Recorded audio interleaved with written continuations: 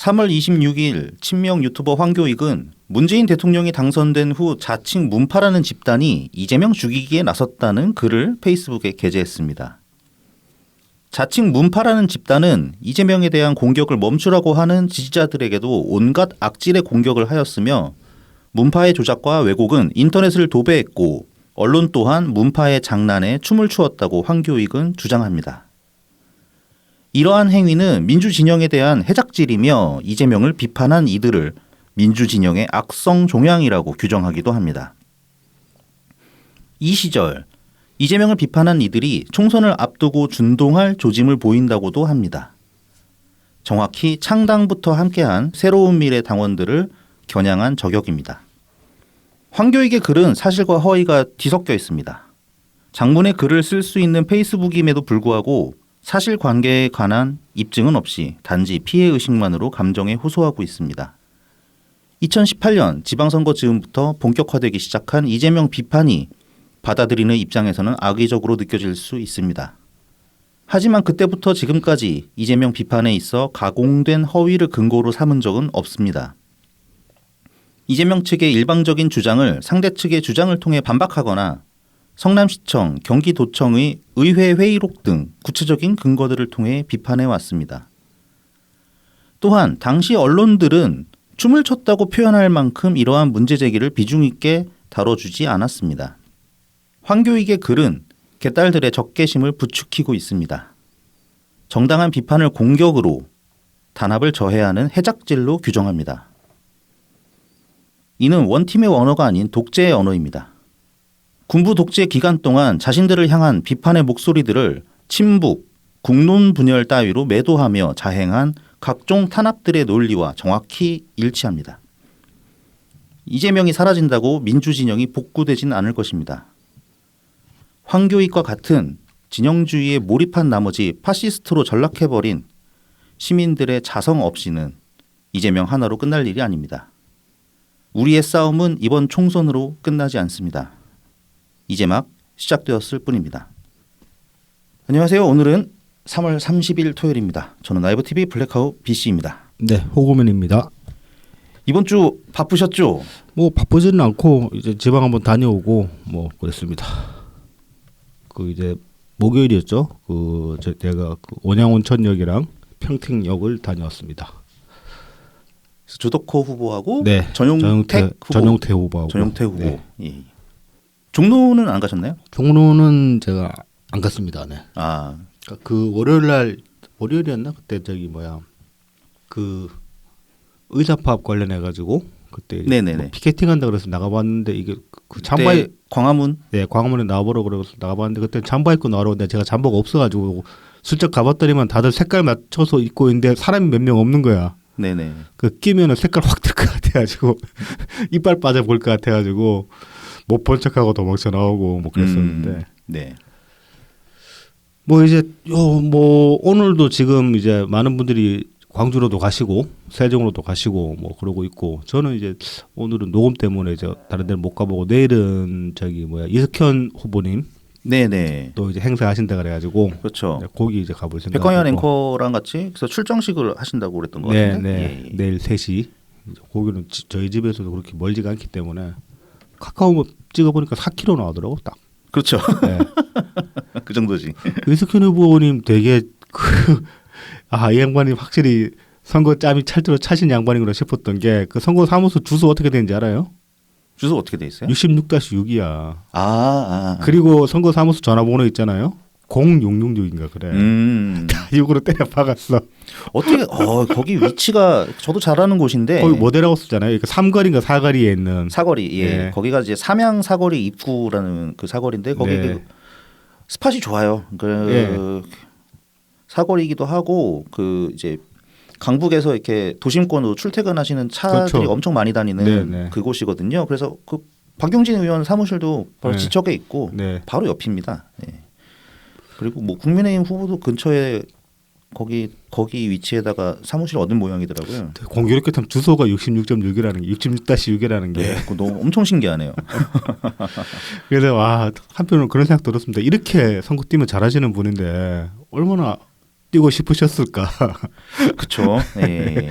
그런 생각이 듭니다. 그래서 당에서 이제 뭐 이게 사실상 전략공천인 거 맞죠? 사실 이석현 후보가 딱히 나가려고 하신 건 아닌데 아침에 당에서 급하게 전화 와가지고 나가달라 요청이 들어와서 바로 나가신 거니까 우리 당에서 사실 전략공천이라는 말이 좀 무색하긴 하지만은 뭐 어디든 후보가 나가겠다고 하면 다 내보내는 그런 입장이기 때문에 뭐 전략공천이라는 무색하긴 하지만 어찌됐건 전략공천이고 그러니까 이석현 후보님 이번에 출마 안 시켜드렸으면 어떻게 할 뻔했나 그런 생각이 듭니다. 그러니까 강북을 같은 지역구는 굉장히 이제 민주당의 어이없는 공천으로 인해서 네.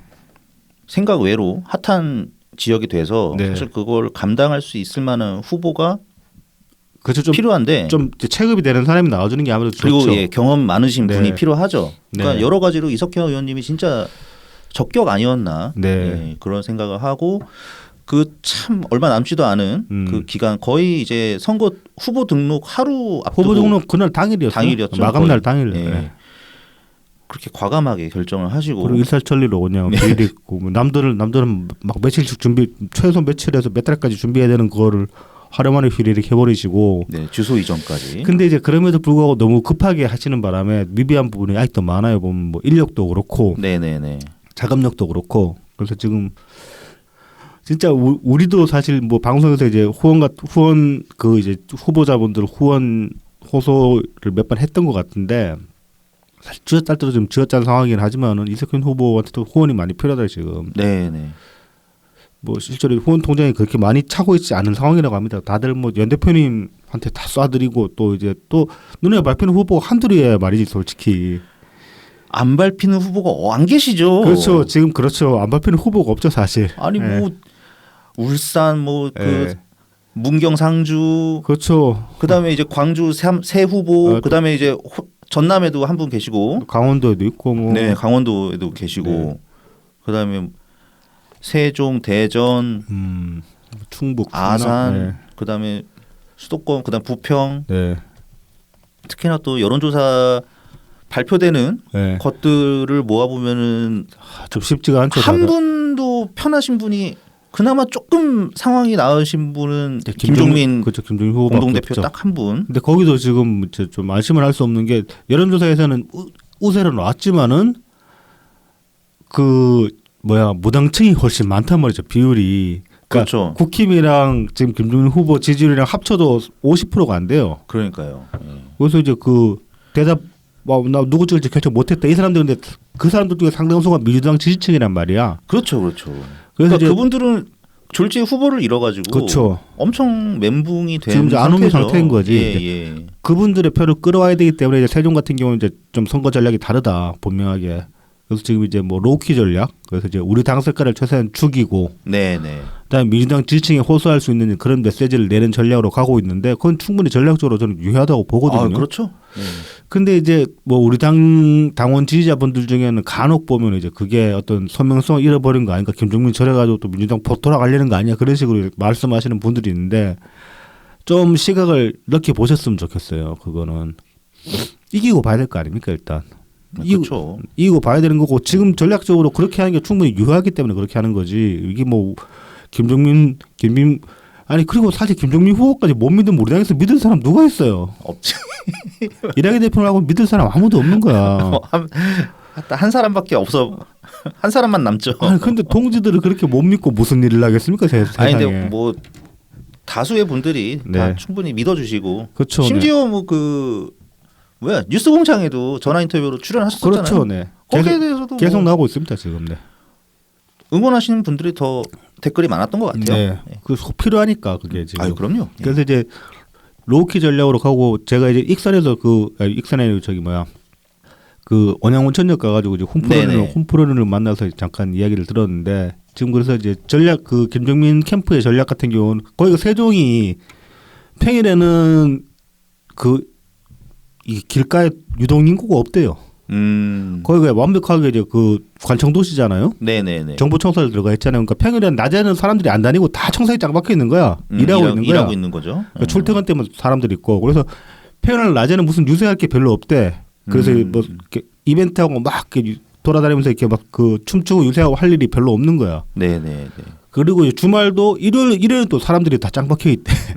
토요일만 잠깐 사람들이 좀 나온다는 거예요. 네네. 그래서 이제 토요일 집중 유세를 토요일 날 할 수밖에 없고 그래서 토요일 같은 경우는 우리 당원 지지자들도 많이 가가지고 세를 과시해줄 필요는 있으니까 네네. 우리 충분히 이만큼 된다는 걸 이제 세를 과시 그리고 그런 것들이 전시효과가 충분히 있으니까 그래서 집중 유세 때는 한 번씩 당원들이 가서 도와줄 필요는 있지만 평일 같은 경우는 평소 같은 경우는 로키 전략으로 최대한 우리 당 색깔을 죽이고 민주당 지지층들이 어필하는 방법으로 간다 이제 그렇게 전략을 짰다고 하시더라고요. 그래서 이제 그건 좀 뭐 우리도 이제 계속 보거나 혹은 그 선거를 도우러 갈 일이 가고 있으니까 그런 전략들을 염두에 두는 게 좋을 것 같고 네네. 광주는 이제 전면전이죠. 확실하게. 전쟁이죠. 네. 근데 이제 뭐 우리 당 당원 지지자분들이 이제 그동안에 우리 내부적으로 여러 가지 사화도 겪고 막 이렇게 뭐 내분도 있고 그랬지만은 그럼에도 불구하고 전반적으로 보면 확실히 우리도 그 겪을 만큼 겪어본 사람들이다 보니까 수준이 높다라는 저는 생각이 많이 듭니다. 그러니까 평균적인 시민의식이 우리나라 유권자들의 시민의식이랑 비교해봐도 우리 당원 수준이 더 높다는 생각이 들어요 보면은. 네네. 뭐 행동력도 그렇고 실제로 이제 그 안에서 갖추시는 논리들도 그렇고. 그래서 이제 뭐 이제 주말 이제 이번 주랑 다음 주 두 번 남았죠. 네, 주말에 아무래도 집중 유세를 할 텐데 집중 유세를 하고 이제 우리 당원 전국에서 당원 지지자분들이 많이 가실 텐데 저는 그걸로 충분히 유의미한 효과를 거둘 수 있다고 저는 생각합니다.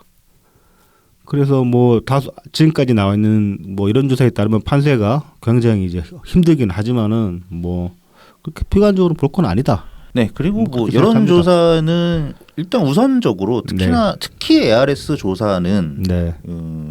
그 응답 의지가 많은 그렇죠. 그런 네. 좀 지지 성향이 강하신 분들이 대체로 더 그렇죠. 많이 응답하시기 때문에 네. 특히 지금 현재 우리 상황에서는 좀 불리하게 나올 수밖에 없는 그렇습니다. 그런 여지가 커요. 네. 네. 특히나 이제 광주 같으면은 뭐 국힘을 강성으로 지지하는 사람이 상대적으로 적을 것이기 때문에 그렇죠. 네네. 그러면 이제 민주당 지지층 뭐 아니면 민주당원들 이런 사람들이 응답할 가능성이 훨씬 높기 때문에 조금 더 이제 과대표되는 경향은 분명히 있을 수 있죠. 그래서 그런 거 감안하면 실제로 여조에서 나오는 수준만큼의 차이는 나지 않을 수도 있다. 뭐 이제 그렇게 저는 생각을 하고는 있습니다. 그리고 이제 충분히 만회할 여지도 있고. 왜냐하면 지금 이제 우리가 표를 그래서 민주당 지지층의 표도 끌어와야 되지만은 민주당 지지층 밖에 있는 아니면 혹은 좀 이제 어중간하게 걸쳐 있는 그냥 그 동안에는 좀 그 밴드웨건으로 따라갔던 그런 표들만 끌어올 수 있어도 충분히 가능성이 있다. 뭐 저는 그렇게 생각을 합니다. 자 이제 뭐 선거 이야기나 우리 당 이야기는 이따가 좀 더 해보기로 하고 뭐 이제 좀 이제 가벼운 이야기 좀 해보죠. 네네네. 쩌리들. 네. 지난주에 이제 성당 이야기 좀 하면서 그 사진에 3명 한 명 생각 안 나가지고 네네네. 최대집이었어요 한 명이. 네. 전 의협회장. 네. 저도 이제 제 주변에 의사학교 많은데 이상하게. 네네. 뭐 이제 뭐 집안에 형제도 의사지만은 그래서 이제 그 형제의 어떤 그 인맥으로 아는 사람들도 있지만은 그 말고도 이렇게 사회에서 만나는 사람들 중에도 우연찮게 만나가지고 술 몇 번 먹고 너 뭐하냐 그러면 의사라는 사람이 꽤 있어가지고 이상하게 의사가 꼬이나 그런 생각이 들 만큼 의사가 좀 많았는데 제가 그래서 여러 의사들을 봤지만은 최대집처럼 생긴 사람 본 적이 없어요. 의사 회장이라는데 얼굴 보고 깜짝 놀랐다니까 솔직히. 무슨 의사가 이렇게 생겼대 그런 생각이 좀 들었어. 아무리 봐도 의사 관상이 아니거든. 근데 이제 좀 놀라웠던 게 최대집은 근데 지금 비례로 안 나와요. 목포에 출마했어. 손혜원이 꼬셨나 본데 자기가 내준다고. 손혜원을 믿고 거기를 간다고? 그밖에 없지 뭐. 그래서 최대집은 좀 의외였고 그래서 네네. 이제 성당은 과연 비례가 지금 어떤 사람들이 나오느냐 총 8명을 냈다고 하는데 보면은 1번이 노영희 변호사죠. 변호사고 상당히 오랜 기간 동안 뉴스토마토에서 한 꼭지 맡아가지고 그렇죠. 네. 유튜브 방송을 굉장히 오랫동안 그렇죠. 해 왔었어요. 이 양반도 민주당 윤리심판원에서 또 일했었고 뭐 그리고 그랬었는데 각종 시사 프로에 민주당 쪽 지지 성향 패널로 많이 오랫동안 출연을 하셨던 그렇습니다. 그런 분이죠. 근데 어쩌다가 여기까지 흘러갔네요. 일본 전당으로 해서 넘어가는지는 모르겠는데. 그러니까 말이죠. 예. 1번 노현이고 2번이 변희재입니다. 남자 1번인 거죠. 그러니까 네. 남자 1번이 변희재야. 네. 3번이 손혜원이야. 네, 뭐 나름 네임드니까. 네, 그리고 4번이 정철수.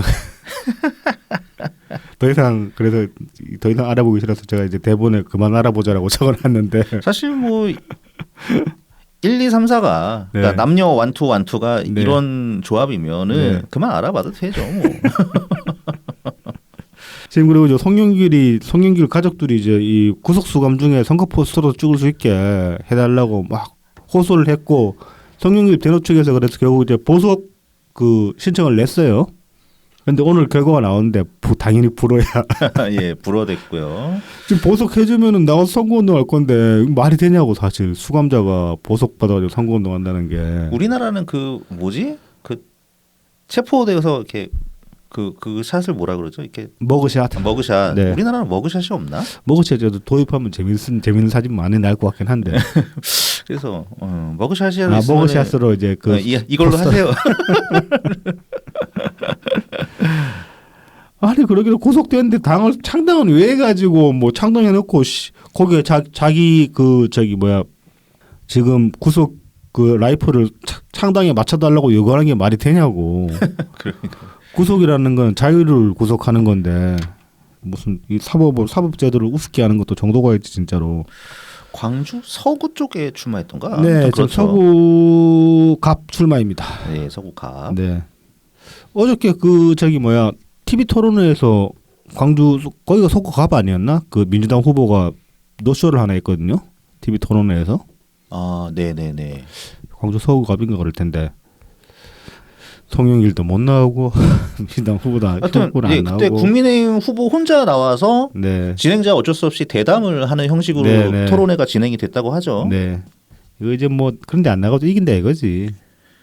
그런 지역이 몇 군데 되죠. 네. 근데 이제 이거는 이제 광주를 얼마나 우습게 보냐. 지금 민주당 서구갑 얘들 초짜거든. 그렇죠. 초짜 새끼가 얼굴 안 알려도 된다는 거 아니야 이거는. 이건 얼마나 좀 지역 국민들을 무시하는 겁니까? 뭐 몸이 안 좋아서 못 나갔다 이런 식으로 핑계 댔다는데 몸이 안 좋아도 나가야지. 예의가 아니지 이거는 진짜로. 거기서 쓰러졌어야지. 그러면 그냥 쫙 주목을 받는데 그러니까. 그 생각을 못했나 보네. 그러니까 얘네들은 마인드에는 어떤 그 유권자들에 대한 어떤 그런 최소한의 예의도 없는 거예요. 이재명한테만 잘 보면 이재명 혹은 개딸들한테만 잘 보면 된다는 거야. 민주당에 잘 보이면 예, 된다. 그렇죠. 예. 자 이제 그 성당의 이제 공약들이라고 이제 요 근래에 놔두는 짤이 있는데 이거 보면 상당히 좀 웃기는 내용들이 많아가지고. 네. 제 앞줄에 나오는 게 이거예요. 한동훈 끌고 와서 국정감사에서 가발을 벗기겠다. 네. 가발인지 아닌지도 좀 명확하지 않잖아. 제가 들은 바로는 가발이 아닙니다. 제가 들은 소문으로는 네. 저는 아예 그냥 본인의 머리라고 생각을 했는데 네. 제가 이제 주워 들은 이야기로는 네. 심었다. 가발은 아니고 네, 심었기 때문에 네. 안 벗겨진다. 황교익 씨도 저기 뭐 황교안 씨도 심었을라나? 아, 네, 그렇게 지금 알고 있습니다. 그래서 그 총선 전에 네. 그 삭발식 했을 그러니까, 때 예. 우리의 기대를 벗어나서 그러니까, 머리가 많았죠. 예, 예. 황교안 전 총리 같은 경우는 뭐로 유명하냐면 예. 생착률이 아주 어마어마했다고 합니다. 아니 그러니까 그게 이제 머리를 심으면은 예. 이제 뿌리를 내려야 되잖아요. 예. 그 잔디 심는 것처럼 예. 뿌리가 이렇게 땅에 딱 박혀가지고 예. 이제 딱 그 털을 잡아야 되는데 예. 그게 이제 사람마다 다르다고 해요. 근데 황교안 전 총리 같은 경우는 그게 대단했다고 합니다. 소문이. 그래서 그거 자랑하려고 삭발을 했다는 그런 뒷얘기가 있더라고요. 참나. 네, 뭐 하여튼 네. 네. 재미는 어쨌든 근데 뭐 그게 공약이 되냐고. 그러니까 뭐 가발 벗기는 게 뭐야 네, 대체? 뭐 대단한 일이라고. 그다음에 뭐야 윤석열을 국회에서 범죄를 입증한 다음에 하야시켜 버리겠다. 네. 네, 탄핵도 아니라 그냥 하야시켜 버리겠다. 네. 그런 다음에 윤석열을 사형에 처하겠다. 네. 윤석열 대통령을. 네. 네. 그다음에 부역자 전원을 재판에 넘겨버리겠다. 네. 그다음에 이제 갑자기 또 뜬금없이 친일파들을 무덤에서 다 꺼내버리겠다. 파묘. 영화 의식하는. 아니 무슨 뭐 친일파들이 국립묘지 묻힌 사람들을 이장을 시킬 수는 있겠지만은 파묘 이거 자체는 위헌일 걸? 파묘를 이걸 이제 만약에 뭐 좀 자기가 국회 들어가면 하겠다는 건데 국회 들어가서 일을 한다는 거는 이거 법을 만들어서 하겠다는 얘기잖아요. 네네. 친일파 파묘법을 만들면은 위헌일 거야. 위헌 소지에 걸릴 거야 바로. 그럴 것 같은데. 네. 네. 행복 주권 같은 거에 걸리지. 후손들의 행복 주권이나 뭐 그런 거에 걸리지 바로. 뭐 그다음에 법대 이제 로스쿨 다시 없애고 옛날로 돌아가겠다. 법대랑 사법고시를 다시 부활시키겠다. 네. 네. 뭐 이런 얘기하고. 언론 개혁이랑 뭐 유튜버 권력 규제 실행, 뭐 자기도 유튜브 보면서 뭐 이런 소리를 하지? 이거 이제 김어준 주의겠다 이 소리 같은데 이거. 그렇죠. 아니지. 김어준 변희재 지금 김어준이랑 그렇게 또 적대적 스탠스는 아닐 수도 있지. 좀 이상해. 네. 그다음에 이제 검찰 특활비 전면 폐지시키고 중립 의무를 법제화시키 하겠다. 뭐 이제 요 뒤에 나온 것들은 뭐 이게 법으로 다듬으면 다듬을 수는 있을 것 같긴 해요. 좀. 그리고 또 이게 이분 냄새가 많이 나는 한반도 서부라인 백제 관광벨트를 조성하겠다. 이 손혜원 냄새가 나죠. 그렇죠. 네. 그다음 뭐 기타 등등 있습니다. 네. 네네. 그래서 이런 짤이 나돌고 있는데 그래서 이제 송동 공약 바로 개판이다 이제 그런 얘기들을 많이 하셨는데 알아본 바 이게 공약은 아니라고 합니다. 아 공약은 네, 공약 아니고 그동안에 이제 그 변희재가 자기 유튜브에서 떠들던 소리들을 모아가지고 이렇게 짤을 만든 거라고 해요. 그래도 설득력이 아예 없진 않네요. 변희재가 했다고 하니까. 네. 왜냐하면은 비례 남자 1번의 평소 그 주장 아닙니까? 뭐 그렇긴 하죠. 네. 네. 저런 걸 하고 싶다. 국회에 네. 넣어주면 저런 걸 하겠다 그런 거죠. 그러니까요. 그래서 이거 뭐 이제 공약이라고 말씀하시면은 허위 사실이 될 수 있다. 참고를 하시길 바란다. 자 이제 그 비례정당들이 지금 대놓고 지금 선거법 위반을 하고 있어요. 특히 민주당 쪽 비례정당들이. 우리 빼고. 네, 우리 빼고.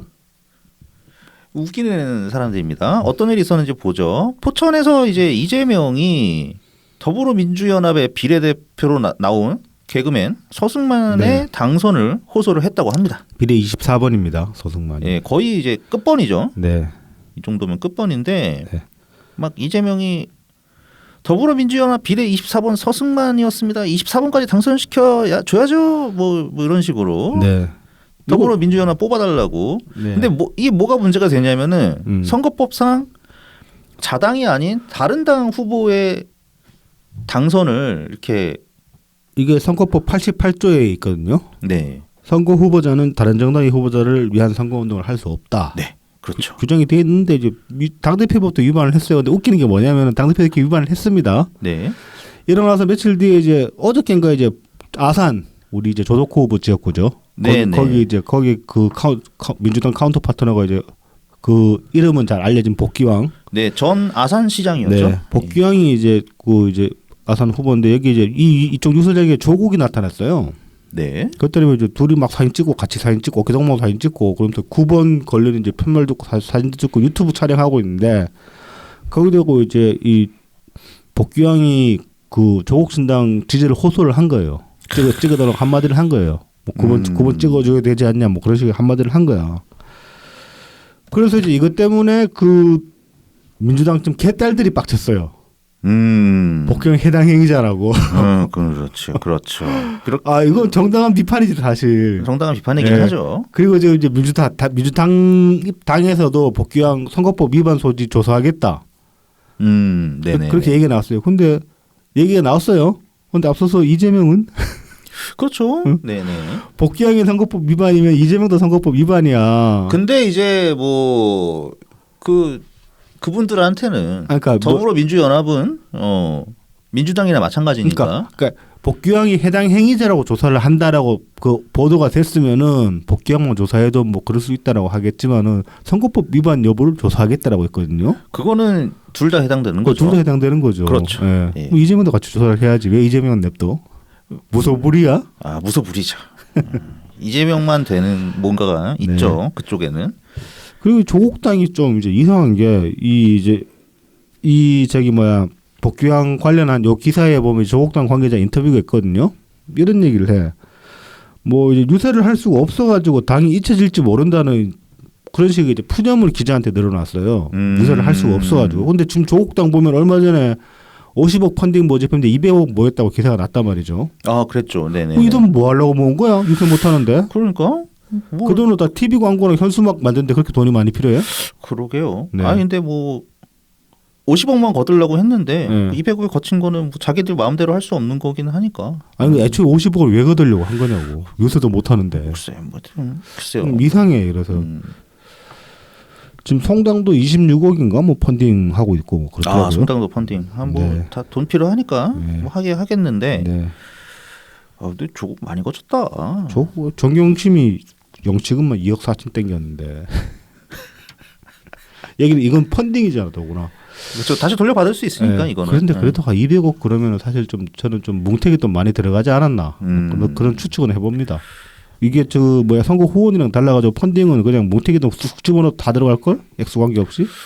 그렇죠. 네. 그 제한이 있나 없나 모르겠는데 어쨌든 뭐 요즘 같은 시대에 뭐 이자가 좀 쏠쏠 단기 이자로 쏠쏠하게 그렇죠. 땡길. 네.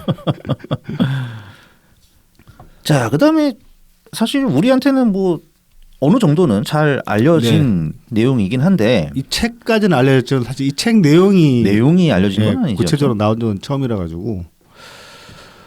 자, 이제 최민희가 이제 출마를 하는 바람에 드디어 이제 언론이 이걸 물었습니다. 이제 조선 29일자 조선일보 기사인데 이런 건 꼭 또 네. 조선일보가 잘해. 네. 이제 최민희가 2001년에 낸 책이죠. 이제 황급빛 똥을 누는 아기 이 책을 이제 조선일보에서 이제 물었습니다. 이게 2007년에도 중고판이 나오고 할 정도였는데 이게 20만 부 나갔대요. 와, 많이 팔았네. 베스트셀러예요, 나름. 야, 장난 아니네. 그래서 이 책 내용들을 소개를 하고 있는데 이게 이제 뭐 아시다시피 대체의학 대체의학이 아니라 이거는 그 유사과학 뭐 네, 이런 그쵸, 것처럼 유사과학이죠. 네. 유사의학이죠. 대체가 아니고 맞다. 거의 사기죠. 네.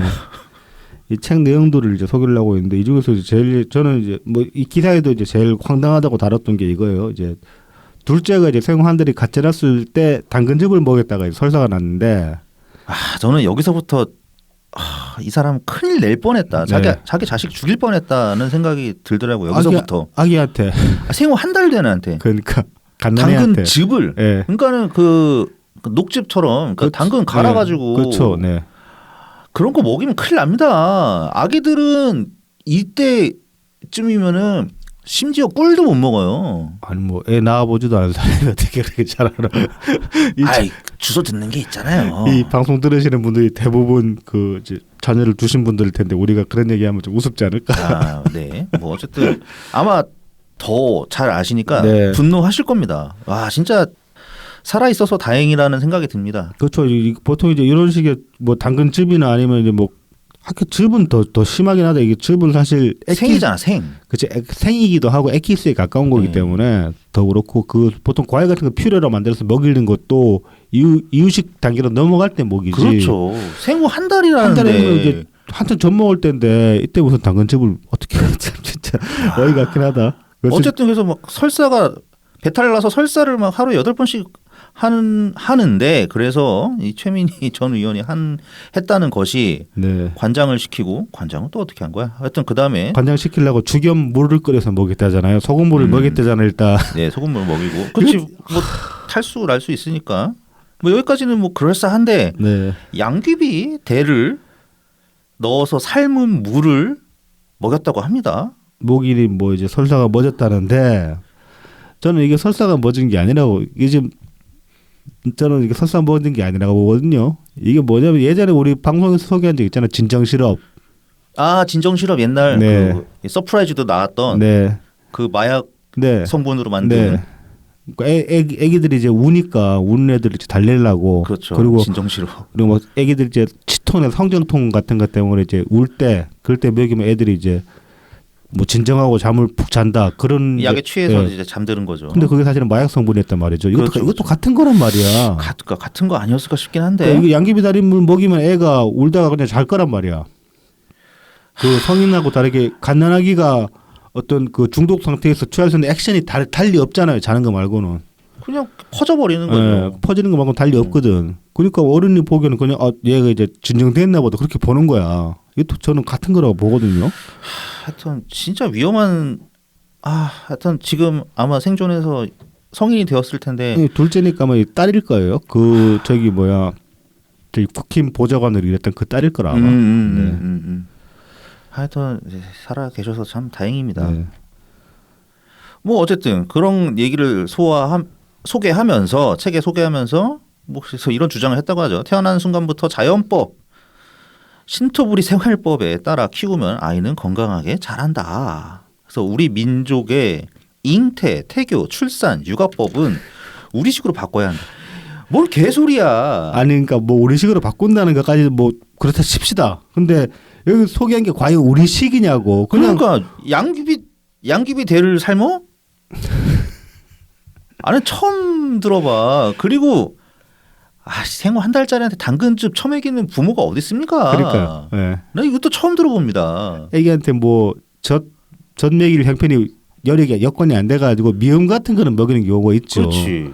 미음 같은 거 그런 거 뭐 그런 거는 많이 알려진 그렇죠. 거죠. 예. 그러니까 끓여가지고 먹이는 거니까 다르죠. 참 그때 이제 우리나라 백성들이 힘들 때 어쩔 수 없는 수단으로 뭐 그렇게 한 건데 그건 좀 가슴 아픈 이야기죠. 네. 뭐 건강해지라고 했겠습니까? 뭐 젖이 안 나오니까 산모가 그렇죠. 어쩔 수 없이 궁여지책으로 그렇게 한 건데 이거는 뭐 듣도 보도 못한 당근즙을 그러니까 이게 무슨 어디 봐서 우리식이냐고 대체. 그러니까 그거 어떻게 증명할 건데? 네. 그러면서 막 이제 끝내줍니다. 막 자연의 소리가 들리는 새벽에 잉태한 아이가 똑똑하다. 합방을 하는 장소도 가능하면 자연의 새소리, 물소리, 바람소리가 어우러진 곳을 택하는 것이 좋다. 이런 곳 대표적인 곳 제가 아는 데 있어요. 물레방앗간 이런 뽕나무밭 뭐 이런 거 뭐 아니야? 병광세 이런 거 연상하면 되는 거야. 그다음에 뭐 시끄러운 도심이나 활락적인 장소에서 아이를 갖게 되면 아이의 기억 장치 속에 그런 분위기가 모두 전달된다고 한다. 그러니까 이제 이 에마 보인 같은 거 지우고 머릿속에서 지우고 병광세 막 가로지기 전 이런 거를 집어넣어야 되는 거야. 그다음에 뭐 아들을 낳고 싶으면은 어머니 배란이를 전후하여 3, 4일간 아버지는 야채죽을 먹어서 영양을 낮추고 딸을 낳고 싶은 경우에는 배란기 전후로 어머니의 영양 섭취를 줄이면 된다. 아들 딸을 막 조정할 수 있다고. 네, 그런 이런 황당한 주장도 했고요. 아 미치겠다 진짜. 네, 뭐 그러면 아버지 어머니 다 못 먹으면 못 먹고 있는 상황에서 나오는 애는 어떻게 되는 성별이 어떻게 되는 거야? 글쎄 그 영양을 응? 모르겠습니다. 그다음에 그 제왕절개 뭐 이런 얘기도 했고 스탯줄을 끊기 전에 마취제가 아기의 몸에 흘러 들어가면 그 후유증으로 아기는 갖가지 신체 이상을 겪을 수 있다. 네. 그다음에 이제 그 수술할 때 분만할 때 사용하는 뭐 겸자나 흡입기에 의지하는 것은 금물이다. 그러니까 뭐 자연분만 하라는 얘기 같은데 일종의 뭐 그래서 심지어 이런 쓸데없는 공포를 가지고 얘기를 하는데 겸자나 흡입기를 사용을 하면 아이가 간질을 비롯한 뇌 이상을 겪게 된다. 뭐 쥐가 의사야? 그리고 뭐 겸자 흡입기 어떻게 사용하는지 모르겠는데 뭐 쓰나 보죠. 그러니까 뭐 제왕절개할 때 이렇게 이제 그 칼로 째고 이렇게 벌리고 해야 되니까. 그렇죠. 벌려야 되잖아. 네, 그럴 때 이제 겸자 같은 거 쓰겠지. 겸자는 그때 당연히 써야 되는 거. 제왕절개 할 때는. 그리고 흡입기는 이제 석션이니까 뭐 그렇죠. 아이 이렇게 꺼내면서 이제 피나 이제 그 저기 뭐야 그 피나 양수 터져 나온 거 그거 이제 빨아들이려고 쓰는 거겠지. 수술하면서. 하여튼 뭐 그다음에 뭐 불임은 잘못된 생활의 결과다. 뭐 네. 하고 뭐 그리고 이제 뭐 이런 얘기를 합니다. 최근 아토피성 피부병부터 각종 암, 소아당뇨, 간질을 비롯해 상상할 수 없는 질병을 가지고 있는 어린 환자들이 많다. 그런데 이제 이런 환자들이 대부분 제왕적으로 낳은 아이들이 더 많다. 이렇게 이제 최민은 주장을 하는데 여기서 또 구체적인 근거는 없습니다.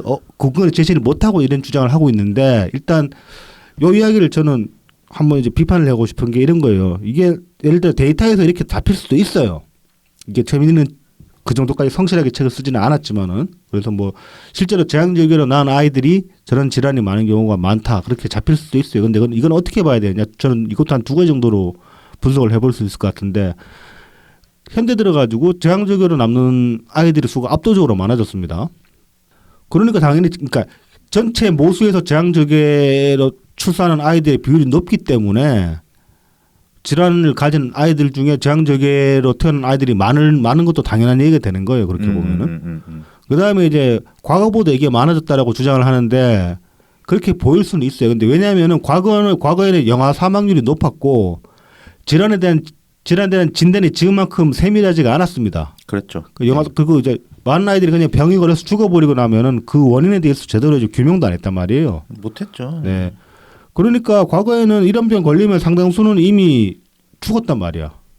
그러니까 뭐 통계에 잡히고 잡히고 그러니까 과거에는 애가 죽냐 아니면 안 죽고 쭉 살아가지고 커나가 어른이 돼 있냐 그 두 가지에서부터 시작하는 거기 때문에 그 소아질병에 관해서 이렇게 다양한 통계나 다양한 인식 같은 게 없었단 말이에요. 근데 지금은 대부분의 아이들이 다 살아 있잖아. 살아서 쭉 가잖아. 네네. 그러니까 여러 가지 질환이 잡히는 것들이 이제 눈에 보이기 시작한 거고 그래서 환자가 많은 것처럼 보이지만 과거에는 그 환자 대부분은 이미 죽었단 말이야. 우리가 환자라고 인식할 때쯤에는. 그러니까 이거는 통계를 만약에 이게 정말 어떤 구체적인 통계치를 제시했다고 해도 충분히 반박할 수 있는 그런 주장이 되는 거예요.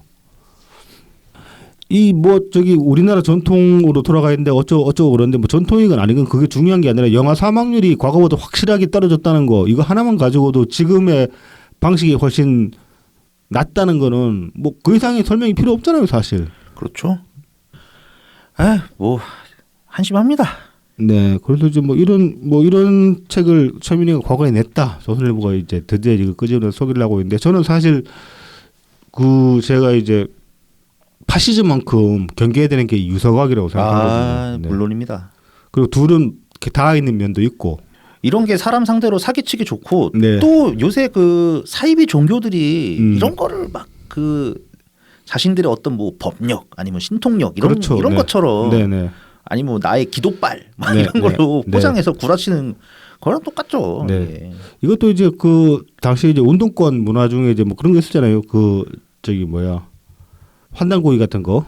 네네. 네. 그다음에 대종교, 천도교 이런 것들도 이제 운동권 그 문화에서 이제 운동권 문화 안에서 자리 잡았던 이제 그런 어떤 종교나 사상들이 우리나라 고유의 사상 그런 것들이었는데 그런 데서 이제 파생돼 나온 것 중에 하나라고 보는데 자주 의식을 가지고 우리나라 문화를 찾자 그런 의식은 나쁠 거 없는데 이거는 근거도 없고 우리나라 전통이랑도 크게 관련도 없어 보이고 진짜 그냥 내세운 건 진토부리 하나밖에 없어. 그렇죠. 진토부리밖에 없고 도와 기 같은 소리 하고 있고. 네. 그래서 이런 유사과학 최민은 참 진짜 대단한 사람이야. 두 가지를 다 가졌어. 파시즘이랑 유사과학을 다 가졌어. 한 몸에 다 지닌 사람이야. 나름 능력자네요. 네, 대단한 사람입니다. 여기 그리고 또 한 사람의 능력자가 있습니다. 네. 네, 양문석인데요. 양문석 안산에 출마한 양문석 후보. 네, 편법 대출을 받았다고 합니다. 지금 이제 어저께 이제 보도가 나왔죠.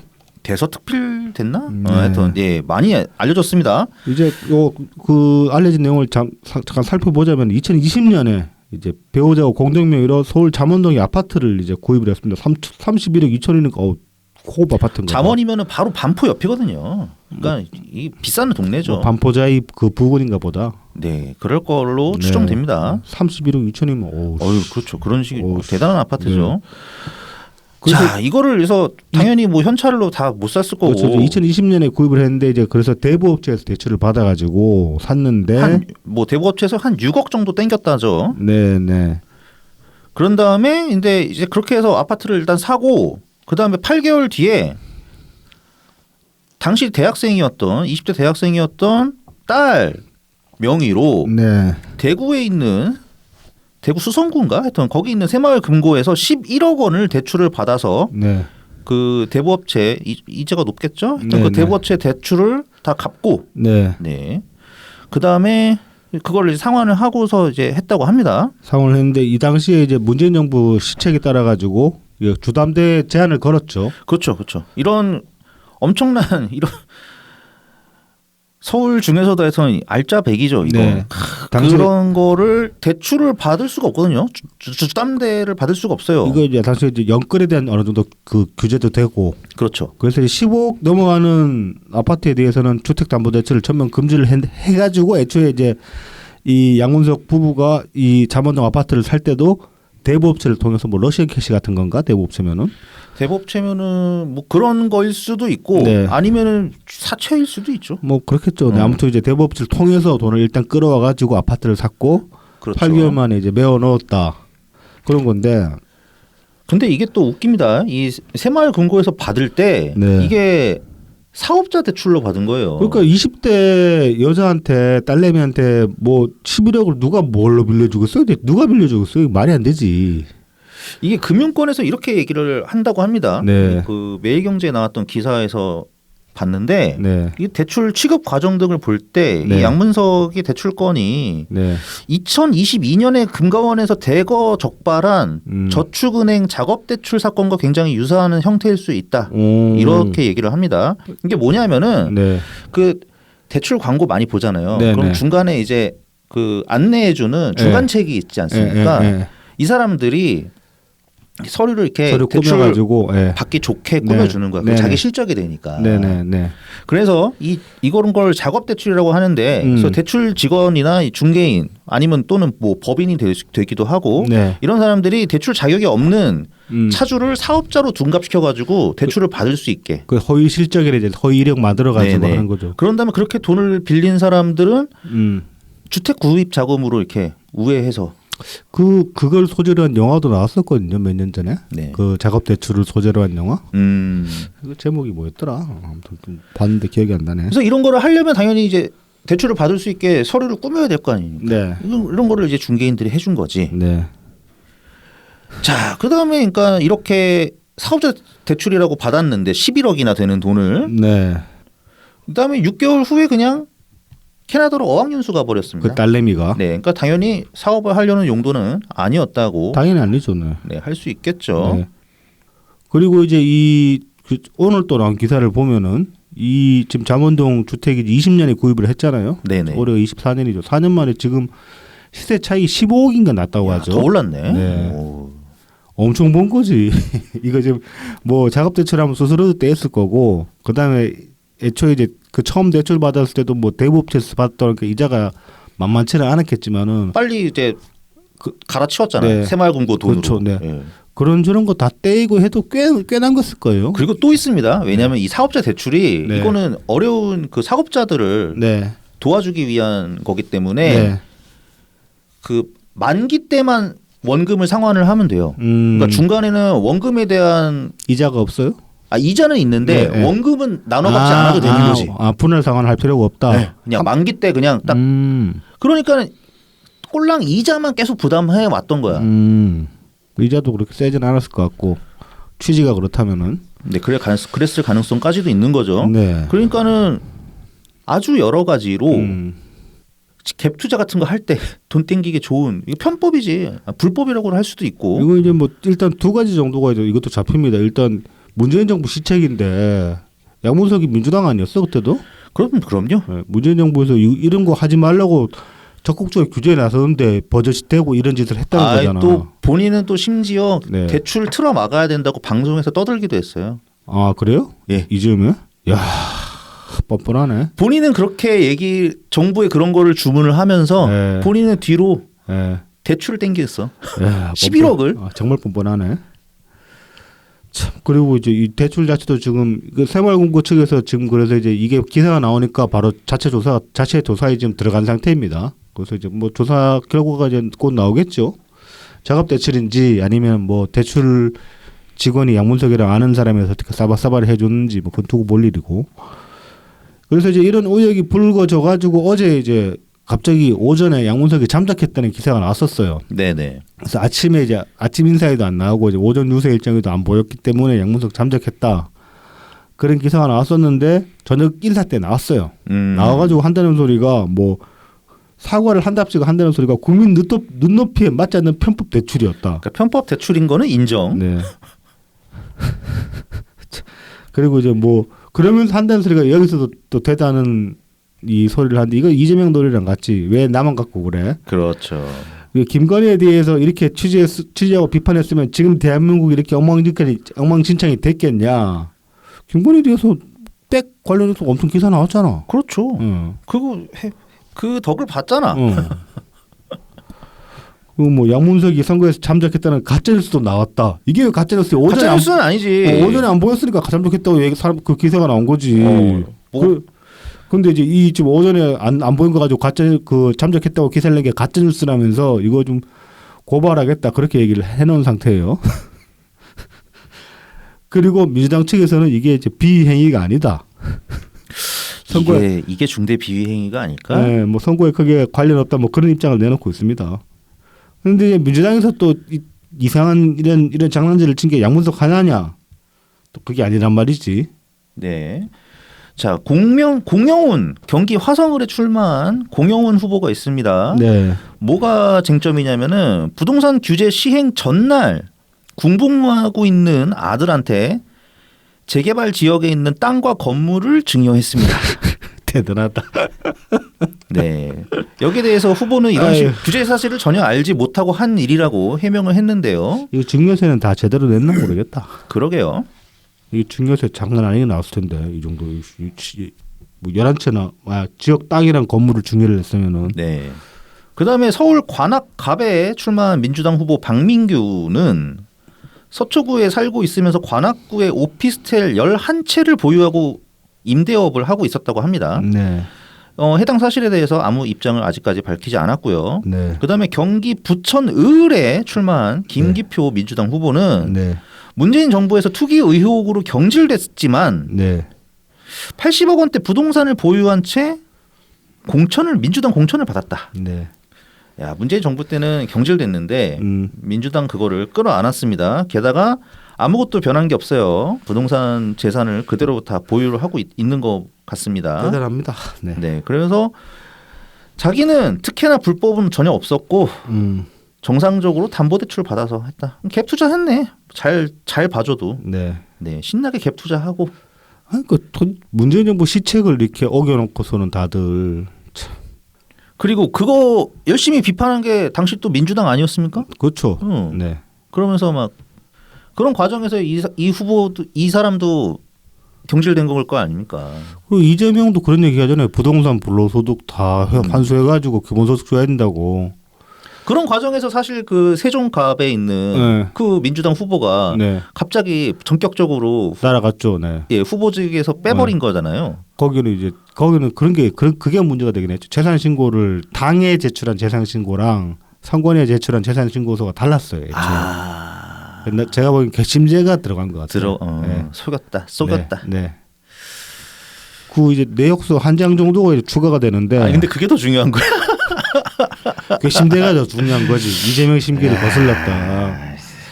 이 새끼 봐라. 그러면서 재밌는 놈이네. 막 그러고 이제 잘라버린 거 아닐까. 뭐 그렇게 보여지기도 합니다. 아무튼 뭐 이런 식이면은 진짜로 점점 더 비판할 게 없어지죠. 그리고 이재명은 본인의 말을 지켜가지고 양문석 재산부터 환수해가지고 그 민주당 원들한테 기본 당비라도 나눠주든지 하시라고. 원래 부동산 뭐 이런 거는 국민의힘의 전유물이었는데 항상 민주당은 그걸 까는 입장이었고. 그렇죠. 네. 야, 이거 신나게. 예, 네. 이제 정말 차이점이 사라지고 있습니다. 오히려 민주당과 국민의힘이 대통합을 해야 되는 거 아닌가 이런 생각이 들 정도로요. 저는 이제 이 사람들을 딱히 비판하고 싶지는 않습니다. 지겹고 귀찮고 또 괜히 잘못 비판하면 선거법 걸리기 때문에 이제는 네. 마지막에 제일 위험하죠. 네. 네. 다만 이제 그런 얘기는 하고 싶네요. 지금 이제 민주당 후보들이 이 지경인데 우리 당에는 재산 신고하면 마이너스 나온 사람 수두룩 합니다. 얼마나 그래도 청렴하게 살았으면은 뭐 신재영 후보는 젊어서라도 치고 제가 어저께 이제 원양어촌 다녀온 이유가 조덕구 후보가 마이너스 4,600인가 그래요. 그래서 너무 짠해가지고 네네. 머릿수라도 버텨줘야지 안 되겠다 그러고 갔는데 가긴 잘한 것 같아요. 왜냐하면은 그날 이제 갔더니면은 비도 오고 평일이고 하니까 사실 네네. 날이 또 많이 굳었죠. 오시기가 힘들잖아요, 다들. 네네. 그래가지고 없었어요. 저희 일행 말고는 외지에서 온 사람들이. 네네. 정말 반가워해 주시더라고. 그리고 다행히 좀 보기가 좋았던 게 조덕호 후보 캠프의 분위기가 되게 좋더라고요. 네. 이게 분명히 상황이 녹록치가 않잖아요. 힘든 상황이잖아요. 근데 다들 즐겁게 웃으면서 하시더라고. 분위기도 되게 화기애애하고 그래가지고 되게 긍정적인 분들이다. 참 보기 제가 오히려 힘 받고 왔다 뭐 그런 네. 그런 감상입니다. 아무튼 이제 우리 당엔 그런 분들이 후보로 나왔습니다. 그런 것들이 이제 어느 정도 좀 대외적으로 우리가 많이 알려지지 못했는데도 불구하고 그동안에 이제 알리려고 적극적인 노력을 취한 것들이 있잖아요. 뭐 이제 여러 가지 대외적인 행사들도 가지기도 하고 뭐 지금 이제 홍보물도 많이 뿌리고 하는 추세인데 그 덕분에 그런 노력들이 어느 정도 이제 뭐 약간의 효과를 보고 있는 것인지 최근에 나온 여론조사에서 보면 수도권에서 최근 우리 당 지지세로 돌아서 이제 그 유권자층이 있잖아요. 압도적으로 높은 게 20대 여성이라고 합니다. 네네. 우리 당의 이미지가 이제 뭐 좀 참신하고 좀 달라 보인다. 그런 것들이 많이 어필했다고 해요. 근데 뭐 여러모로 보면 우리 당 지금 뭐 우리 당 대표가 잘생겼잖아. 잘생긴 남자잖아. 선대위원장. 네. 아 혹시 우리 뭐 선대위원장이죠. 네. 뭐 지금 선거판에서는 그 양반이 당 대표지. 오영원 선대위원장 정도면 20대 여성들한테 어필할 만하지. 외모 깡패죠. 네. 네. 몸도 좋아. 아 그렇죠. 키가 작기를 해요. 말도 시켜보니 말도 잘해. 그러니까 말입니다. 네. 뭐 이제 오영원 선대위원장이 20대 여성들의 표를 좀 끌어오는데 이바지하지 않았을까? 네. 약간은 뭐 제가 이제 뭐 저는 당원 지지자 입장이니까 객관화 시킬 수는 없겠지만은 그래도 내가 20대 여자면 어떨까? 내가 20대 여자의 심리를 알기는 어렵지만은 억지로 이제 여러 가지 경험들로 이제 끼워 맞춰가지고 내가 20대 여자면 어떨까 시뮬레이팅을 해보면은 굳이? 아니 그러니까 이제 그 시각에서 우리 당을 보면 어떻게 볼까 생각을 해보면은 네. 뭐 이제 그 이낙연 대표님 같은 분은 뭐 전 연령대에서 사실 이게 가짜뉴스에 절여 있지만 아니면은 신뢰감을 충분히 줄 수 있잖아요. 네네 그렇죠. 그런 분이 뒤에 딱 버티고 있고 그다음에 당에 이제 얼굴로 나온 사람이 오영환이다. 그러면은 민주당 그러니까 우리 당 보다가 민주당을 보면 이재명이 씨발 저쪽 당은 이재명이고 이쪽 당은 한동훈이야. 그렇게 쭉 놓고 비교해 보면 내가 20대 여자라도 우리 당 한번 생각해 볼 만할 것 같긴 하거든. 다른 데도 보면 딱히 그렇다고 해서 다른 쪽에 대안이 뭐 있냐. 20대 남녀 통틀어서 조국은 아웃이에요. 20대는 조국은 경멸하는 수준이란 말이죠. 어떻게 저 사람을 뽑아주는지 40, 50대가 저 사람 저렇게 민지 이해를 못하겠다고 말할 정도니까. 네네. 그러니까 조국은 논의를 치고 나면은 우리 당만은 당이 없는 것 같긴 해요. 어필하는 면에서. 그렇죠, 그렇죠. 자, 그래서 뭐 상황이 쉽지는 않지만은 뭐 충분히 뛰어볼 만하다. 그렇다고 해서 뭐 절망하고 있을 건 아니다. 뭐 이제 그런 생각은 여러모로 들었습니다 이번 주에. 네. 자, 그러면은 저희를 도와주신 고마운 분들 소개해드리고 네. 이제 또 본 내용으로 들어가 보겠습니다. 후원 계좌를 통해서 엑스친 S님, 귀여운 감자님, 달탄양님, 웰컴퓨터님 후원해 주셨습니다. 감사합니다. 감사합니다. 그리고 제공입니다. 웰컴퓨터입니다. 부산 사하구 낙동대로 323번 길 6 사하역 2번 출구 앞에 있습니다. 여기 주소 좋네. 여기도 6이네. 아 그러네. 노렸나? 아, 여기 사장님, 나이스 주소. 나이스 주소. 아니 전화번호도 051-2711-0066. 0066이네 또. 사장님, 나이스 전화번호. 네. 옛날부터 있던 전화번호 아니야. 네, 그렇죠. 여러모로 확실히 우리 당 사람이었네. 이야, 선점했네. 선점했어. 야, 그러네. 네. 그리고 070-8742-9595, 010-8691-0079입니다. 트위터에서 웰컴퓨터, 인스타그램, 페이스북, 네이버 블로그에서 웰컴퓨터 @ AIR 숫자 12를 검색해 주시면 됩니다. 오랜 조립 경험을 바탕으로 최적의 견적을 구성해 드립니다. 가성비 좋은 사무용부터 게이밍, 딥러닝용 같은 최고 사양의 PC까지 조립해 드리고 있습니다. 다나와 최저가 가격으로 만나보는 웰컴퓨터의 견적을 확인해 보시기 바랍니다. 전국 어디서든 AS를 받으실 수 있습니다. 안전 배송에 사용하는 웰컴퓨터의 배송 박스를 미리 보내드리니까요. 문제가 생긴 컴퓨터를 반품해서 보내주시기만 하면 전국 어디에서도 웰컴퓨터의 서비스를 받으실 수가 있습니다. 유튜브 웰컴퓨터를 통해 연락 주시면 사은품도 별도로 챙겨드리니까요. 꼭 말씀해 주시기 바랍니다. 자, 이제 트위터 사행시 이벤트가 이제 이번 주에 결과가 나왔죠.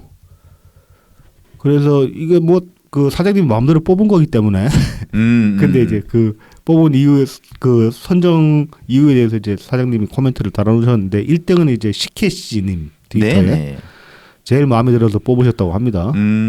이 평소에 종종 뵙고 술도 드시는 분인데 이거 친목질이다 이거. 아, 네네네. 2등은 이제 아페릴의 사장님이에요. 아, 예, 따보기 아버님. 네. 이게 왜 그러냐면 최근에 컴퓨터를 사셨기 때문에. 아, 네네네. 그리고 3등은 이제 세민에 가는 데메안 에너지님. 네네. 서울말 부심이라는데 이거는 제가 그 삼행시를 못 봐가지고 데메안 에너지님도 딱히 서울말 잘 쓰시는 분은 아닌데 사투리 팍팍 나는 분인데. 네네. 자, 그리고 참가상은 이제 김동동 씨, 유캔두인님 그리고 이제 네. 그다음 이거 이효열님. 네, 이효열님. 그리고 이제 육새로운 미래 곰새님 그리고 하륜님 이렇게 이제 네 분이 참가상을 받으셨는데 요분들이 이제 한 번씩 멘션 달려주시고 1, 2, 3등 되신 분들은 주소를 주셔야 됩니다. 택배를 보내드려야 되니까. 근데 이벤트 이 참가자들을 결국 이제 참가자들은 이벤트 결과를 보면 이거 우리 당원 이벤트야 이거 그냥 다 당원이나 우리 당 지지자야. 너무 당연한 거 아니겠습니까? 아니 왜 컴퓨터가 꼭 우리 당 사람들을 말을 상대로 장사를 하는 거 아니잖아요. 그렇긴 한데 네. 특히 트위터에서는 네. 국민의힘 뭐 지지자가 갑자기 웰컴퓨터 그 게시물을 보고 이벤트에 참여한다거나 아니면 또 민주당 지지자가 갑자기 참여한다거나 그러기 좀 힘든 구조 아니겠습니까? 아닙니다. 저기 웰컴퓨터는 고품질의 컴퓨터이기 때문에 뭐 국힘 지지자나 민주당 지지자 분들이 쓰셔도 충분히 만족할 만한 그런 컴퓨터입니다. 그렇죠. 그거를 이제 널리 네. 알려야 한다 네. 이런 거죠. 네, 절대 차별 없으니까요. 네. 네. 타당 지지자 분들께서도 네.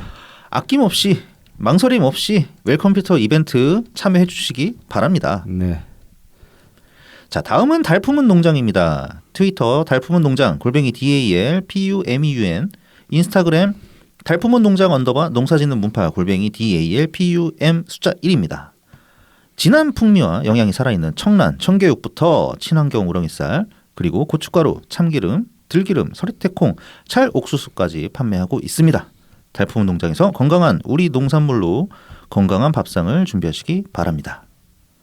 마지막으로 라만까까입니다. 네이버 스마트 스토어에서 라만까까를 검색해 주시기 바랍니다. 머랭 쿠키, 오란땅, 마들렌, 곡물 쿠키, 구운 찰떡, 호두광정, 에그타르트를 평소에 판매하다가 누군가 빵에 들어가면 갑자기 식빵 튀어나옵니다. 식빵이 상당히 이제 감명을 많이 받으신 것 같아. 드셔보시고 확실히. 빨리 한 명 더 집어넣어야 된다니까. 왜 그렇게 식빵 하는지 이해가 됩니까 이제? 아, 네네. 왜 그렇게 네. 막 사재기까지 네. 있을 정도로 사람들이 열광하는지 네. 네, 잘 알겠습니다. 오픈런이 그렇게 이제 러시를 하는지. 일단 근데 잡아 넣어야지. 어느 놈을 넣어야 되나. 검찰 일 좀 잘해야지. 그러니까 좀 빨리빨리 해라. 네. 검찰들한테 식빵을 먹여야 되나. 그러면 막 힘내서 막 다 잡아 넣는 거 아니야? 그럴 수도 있겠죠. 네네. 네. 영장 적부심 판사한테 막 식빵 보내고. 더 먹고 싶으면 하나 넣으라고. 네. 자, 그래서 여기까지 저희를 도와주시는 고마운 분들 소개해드렸습니다. 자, 이제 앞서서 그 양문석이랑 뭐 민주당이 이제 여러 그 부동산 투기 의혹이 있는 후보들을 이제 말씀을 드렸는데 약간은 성격이 다르지만 이제 조국 수호당에도 이제 좀 그 재산 축제에 관해서 문제가 되는 이제 후보가 하나 있어요. 네, 조국 혁신당 1번 박은정 전 성남지청 지청장이었죠? 네. 박은정 검사. 네. 네. 이분이 1년 사이에 재산이 41억이 늘었다고 합니다. 이게 이제 조선일보 단독 기사로 나왔는데 이것도 조선일보야. 그리고 이제 엄밀히 말하면 박은정의 재산이 는 게 아니라 박은정 부부의 재산이 는 겁니다. 네, 그러니까 남편의 재산이 확 늘어난 거죠. 네. 그래서 이제 그동안에 박은정 요 부부의 재산 신고 내역을 보면 이 양반들이 둘 다 이제 공직자였으니까. 네, 네. 둘 다 검사였죠. 네. 아니면 뭐 이제 박은정도 언제 그만뒀지. 아무튼 이제 공직자 그 재산 신고를 계속 그전에 꾸준히 해왔기 때문에 그동안의 재산들을 볼 수 있는데 21년에는 7억 7,400만 원이었어요. 그리고 이제 2022년에는 8억 6천만 원 정도였고, 그리고 작년 5월 마지막 재산 신고했을 때가 8억 7,500만 원 정도였습니다. 자, 그런데 이제 이번에 선거를 하니까 이제 그 재산 신고를 다시 할 거 아닙니까? 네네네. 박원정의 재산 신고액이 49억 8,100만 원이에요. 어마어마하게 늘어나네. 근데 이제 그 기존의 재산 신고 내역이랑 비교를 해보면은 부동산 변동은 거의 없어요. 근데 그 현금 예금액이 갑자기 40억 원대로 증가를 한 거야. 현찰이 네. 야, 이거 부러운데? 이 중에서 이제 그 박은정은 4억 4,800만 원 정도의 이제 현금 예금액이 있고 남편은 32억 6,800만 원이 있습니다. 이 이제 박은정 그 후보의 남편이 이제 이종근 변호사죠. 네네네. 이분도 이 양반도 이제 원래 검사장 출신이고 그 이제 형사 쪽 검사를 형사 검사 그 강력범 검사를 이제 활약을 했었는데 전문 분야가 이제 다단계 유사수신 마약 성범죄 보이스피싱 이런 이제 형사 사건을 전문으로 이제 해왔어요. 검사 시절에. 네네네. 그러면서 그 이력을 그대로 살려가지고 변호사로 개업을 하면서 이쪽 사건 전문 변호사라는 타이틀을 이제 강조를 해왔습니다. 그리고 이제 검사 시절에 보면은 뭐 이쪽 관련 이제 뭐 대부분 이게 그 피해자들이 이제 뭐 좀 다단계 피해자, 예, 뭐 보이스피싱 피해자, 좀 어려운 사람들이 많잖아요. 네, 그렇죠. 어려운 사람들이 그 갑자기 돈 뜯겨가지고 이제 막 전 재산 날리는 케이스도 있고 이런 그렇죠. 것도 네, 이것 때문에 네. 인간관계도 박살나고 가족도 붕괴되는 경우가 꽤 있고 이제 그렇게 이제 굉장히 딱한 피해자들이 많은데 뭐 이제 거기 관해서 이제 많이 피해자들을 보호해야 된다, 뭐 보호 장치가 미비하다, 뭐 그런 식의 이제 이야기들도 많이 해왔고 국회 대정부질에서도 그런 식으로 이제 피해자 중심적인 그런 발언들을 해왔습니다. 그리고 또 뭐 그 2018년이었네 우리 그 저기 뭐야 가상화폐 관련해가지고 정부랑 그 코인장애들이랑 붙었을 때 그때 이제 법무부 차원에서 그 가상화폐 관련 규제 법안 내놓는다고 하고 했을 때 있잖아요. 그때도 실무로 참여를 했던 사람이에요, 이 사람이. 그래서 이제 가상화폐 전문 쪽도 자기가 전문이다, 뭐 그렇게 얘기를 하면서 당시만 해도 이제 가상화폐 관련해서 그 투자 사기 같은 게 많이 일어나니까 그런 거에 대한 뭐 대책도 세워야 된다, 뭐 그런 식의 얘기를 했던 사람인데 이 사람이 그 검찰 관두고 변호사로 개업하면서 그 이력을 살려서 피해자를 변호를 한 게 아니고 가해자를. 네, 가해자들 변해가지고 돈을 쓸어 담은 거예요. 이 중에 보면은 그 가상화폐 관련해서인가 투자 사기 들어간 거에서 수임료가 22억짜리가 하나가 있어 재판이. 네네네. 뭐 그런 식으로 재판을 해가지고 그런 식으로 이제 수임을 해가지고 총 뭐 한 1년 동안 1년 채 안 된 기간 동안에 40억 정도를 땡긴 거라고 볼 수 있는 거예요. 그다음에 뭐 다단계 관련 이렇게 사업체 네. 변호한 것도 있었던 것 같은데. 네. 예. 다단계도 변호를 하고. 그것도 그러니까 가해자의 입장. 네. 사업주니까. 네. 사업주를 변호했으니까. 네. 그런데 이 문장에 대해 지금 조국이 여기 와서 한다는 소리가 뭐 자기 남편이 정관예우 받아서 돈 번 거 아니다. 정관예우 받았으면 160억 정도는 땡겼을 거다 있다는 소리를 하고 있어요. 160 그러니까 액수가 적다. 액수가 적다. 근데 국힘 쪽에서 정관예우로 돈 땡겼다고 막 그동안에 깠던 사람들 꽤 있는데 심지어 이 조국은 예전에 전관예우를 전관예우가 아니라 전관비리다. 네. 이렇게까지 얘기한 적이 있었잖아요. 그렇죠. 그러니까 이게 전관이 아니라는 거야 이게. 그러니까 이제 뭐 자기 검사 시절 그걸 살려서 하는 건데 이게 어떻게 전관이 아니야? 뭐 정관 예를 들어서 재판에서 정관님을 내세워서 뭐 그 판결을 유리하게 유도하려고 했다, 그게 아니라고 칩시다. 그렇다고 해도 이게 문제가 되는 게 뭐냐면 이 사람이 이 관련 사건들을 수사를 해왔던 사람이잖아요. 그렇죠. 그럼 범죄 기법에 관해서 속속들이 알고 있고 그 범죄 기법을 범죄 기법에 따라 가지고 만드는 검찰의 논리에 대해서 속속들이 아는 사람이잖아. 그렇지. 그래서 이제 그 논리의 빈틈을 파고들 수 있는 능력이 되는 사람이잖아. 그러니까 그 빈틈을 파고들어 가지고 돈을 벌었다는 건데. 그렇죠. 사실 그 지난주에 소개해드렸던 민주당 조수진 변호사의 건과 상당히 비슷하다고 할 수 있죠. 그렇죠. 네. 여성주의를 내세우면서 네. 반여성주의적인 변호를 했다는 게 논리를 아니까 그 논리 허점을 파고드는 면이 있을 수 있는 것이고, 그래서 이제 참 이게 고약합니다. 뭐 이 사람들 지금 뭐 조국당도 맨날 검찰 개혁해야 된다 그런 소리하고 뭐 정의 내세우고 이러고 있는데 이게 뭐 남편 문제라고 쳐도 이 박은정 검사라는 사람 말입니다. 이 사람이 그 이제- 낙곰수빨로 네. 우리 민주당 지지자 진영에 네. 이름이 알려진 낙곰수팔 뭐였지? 그 사람이더라고요. 뭐냐면은 그 2010년 근처인가 그 나경원의 남편이 판사였잖아요. 아, 네네네. 기소 청탁을 그거 폭로한 사람이 이 박은정 검사입니다. 그렇구나. 네네네. 그때부터 허파에 바람이 들어가기 시작했구나 이 사람이. 그렇다고 볼 수 있겠습니다. 10여 년이 흘렀는데 드디어 이제 정치에 발을 근데 이제 들이밀었는데 우리가 기억하는 박원정은 그거죠. 그 성남 FC 성남지청 때 성남 FC 거를 덮은 사람. 예 수사를 우리 입장에서는 네. 이재명을 세탁해줬다 이렇게 얘기하고 싶은. 뭐 이제 지난주에 그 민주당의 변호사 후보들이랑 마찬가지로 똑같은 얘기를 해주고 싶은데 이런 식으로 돈을 벌 수도 있을 거예요. 그렇게 떳떳하지는 않지만은 뭐 불법은 아니니까 변호사가 자기 이력 살려가지고 변호하는 것 자체가 불법은 아니니까 이런 식으로 돈을 벌 수는 있겠지만 이런 식으로 돈을 벌 거면은 적어도 뭐 정인의 뭐 누군가를 검찰 개혁이네. 검찰 개혁에 단죄하겠네 그런 소리는 하지 말아야 될 거 아니야? 그냥 돈이나 벌지 뭘 네. 단죄를 해 니네가.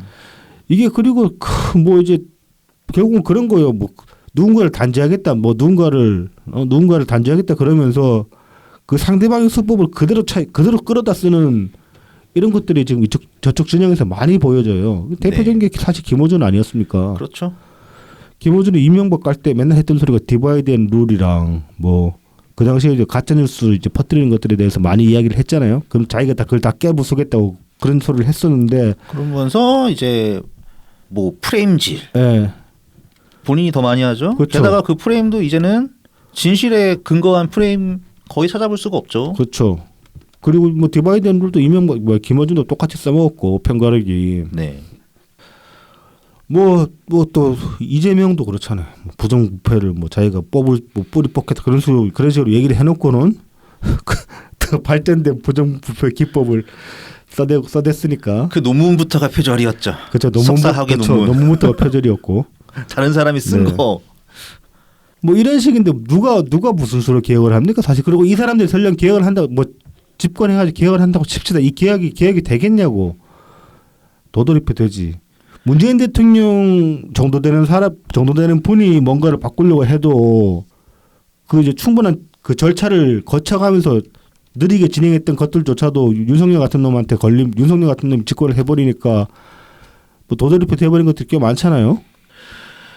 그런데 이재명이나 뭐 조국이나 이런 사람들이 설령 집권을 한다고 해도 그래서 그 사람들이 뭔가를 바꾼다고 해도 그게 그 온전한 형태로 계속 이어지겠냐고 과연. 이 사람들은 국민들한테 빚진 사람들이 아닙니다. 자기들끼리 스스로 패거리를 만들어 가지고 서로 빚을 졌지. 그렇지. 나중에 빚 갚으려고 또 패거리질 하는 겁니다. 이권 나눠 먹고. 그렇죠. 뭐 계속 그게 반복되는 거지 뭐. 국민의힘이 하는 거랑 똑같은 일이 또 벌어지는 겁니다. 네. 진영만 바뀌지. 네.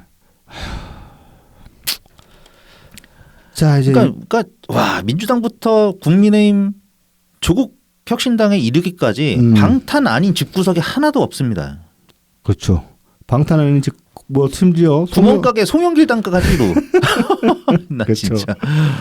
방탄 아닌 집구석은 이제 우리 당제하면은 그 저기 뭐야 정의당 정도나. 녹색정의당. 근데 거기는 그다지 뭐 기대할 만한 그런 게 없기 때문에. 거기 우리밖에 없어. 우리보다 더 힘들지 거기. 네. 뭐 심상정 저기 지역구로 와가지고 큰절하고 있더라. 거기 상황 되게 안 좋더라고. 네, 저희 그 김성희한테 밀리더라고. 와. 어쩌다가 심상정이 그렇게까지 됐나? 근데 심상정 씨도 너무 오래 되셨죠. 네, 잘 못했고 그리고 지난 4년 동안은 자 이제 민주당 이야기 좀 이재명 이야기를 해봅시다. 네, 예, 잠깐, 오랜만에 또 네. 꺼냈습니다. 네. 또 지역 상품권 타령을 또 했어요. 네.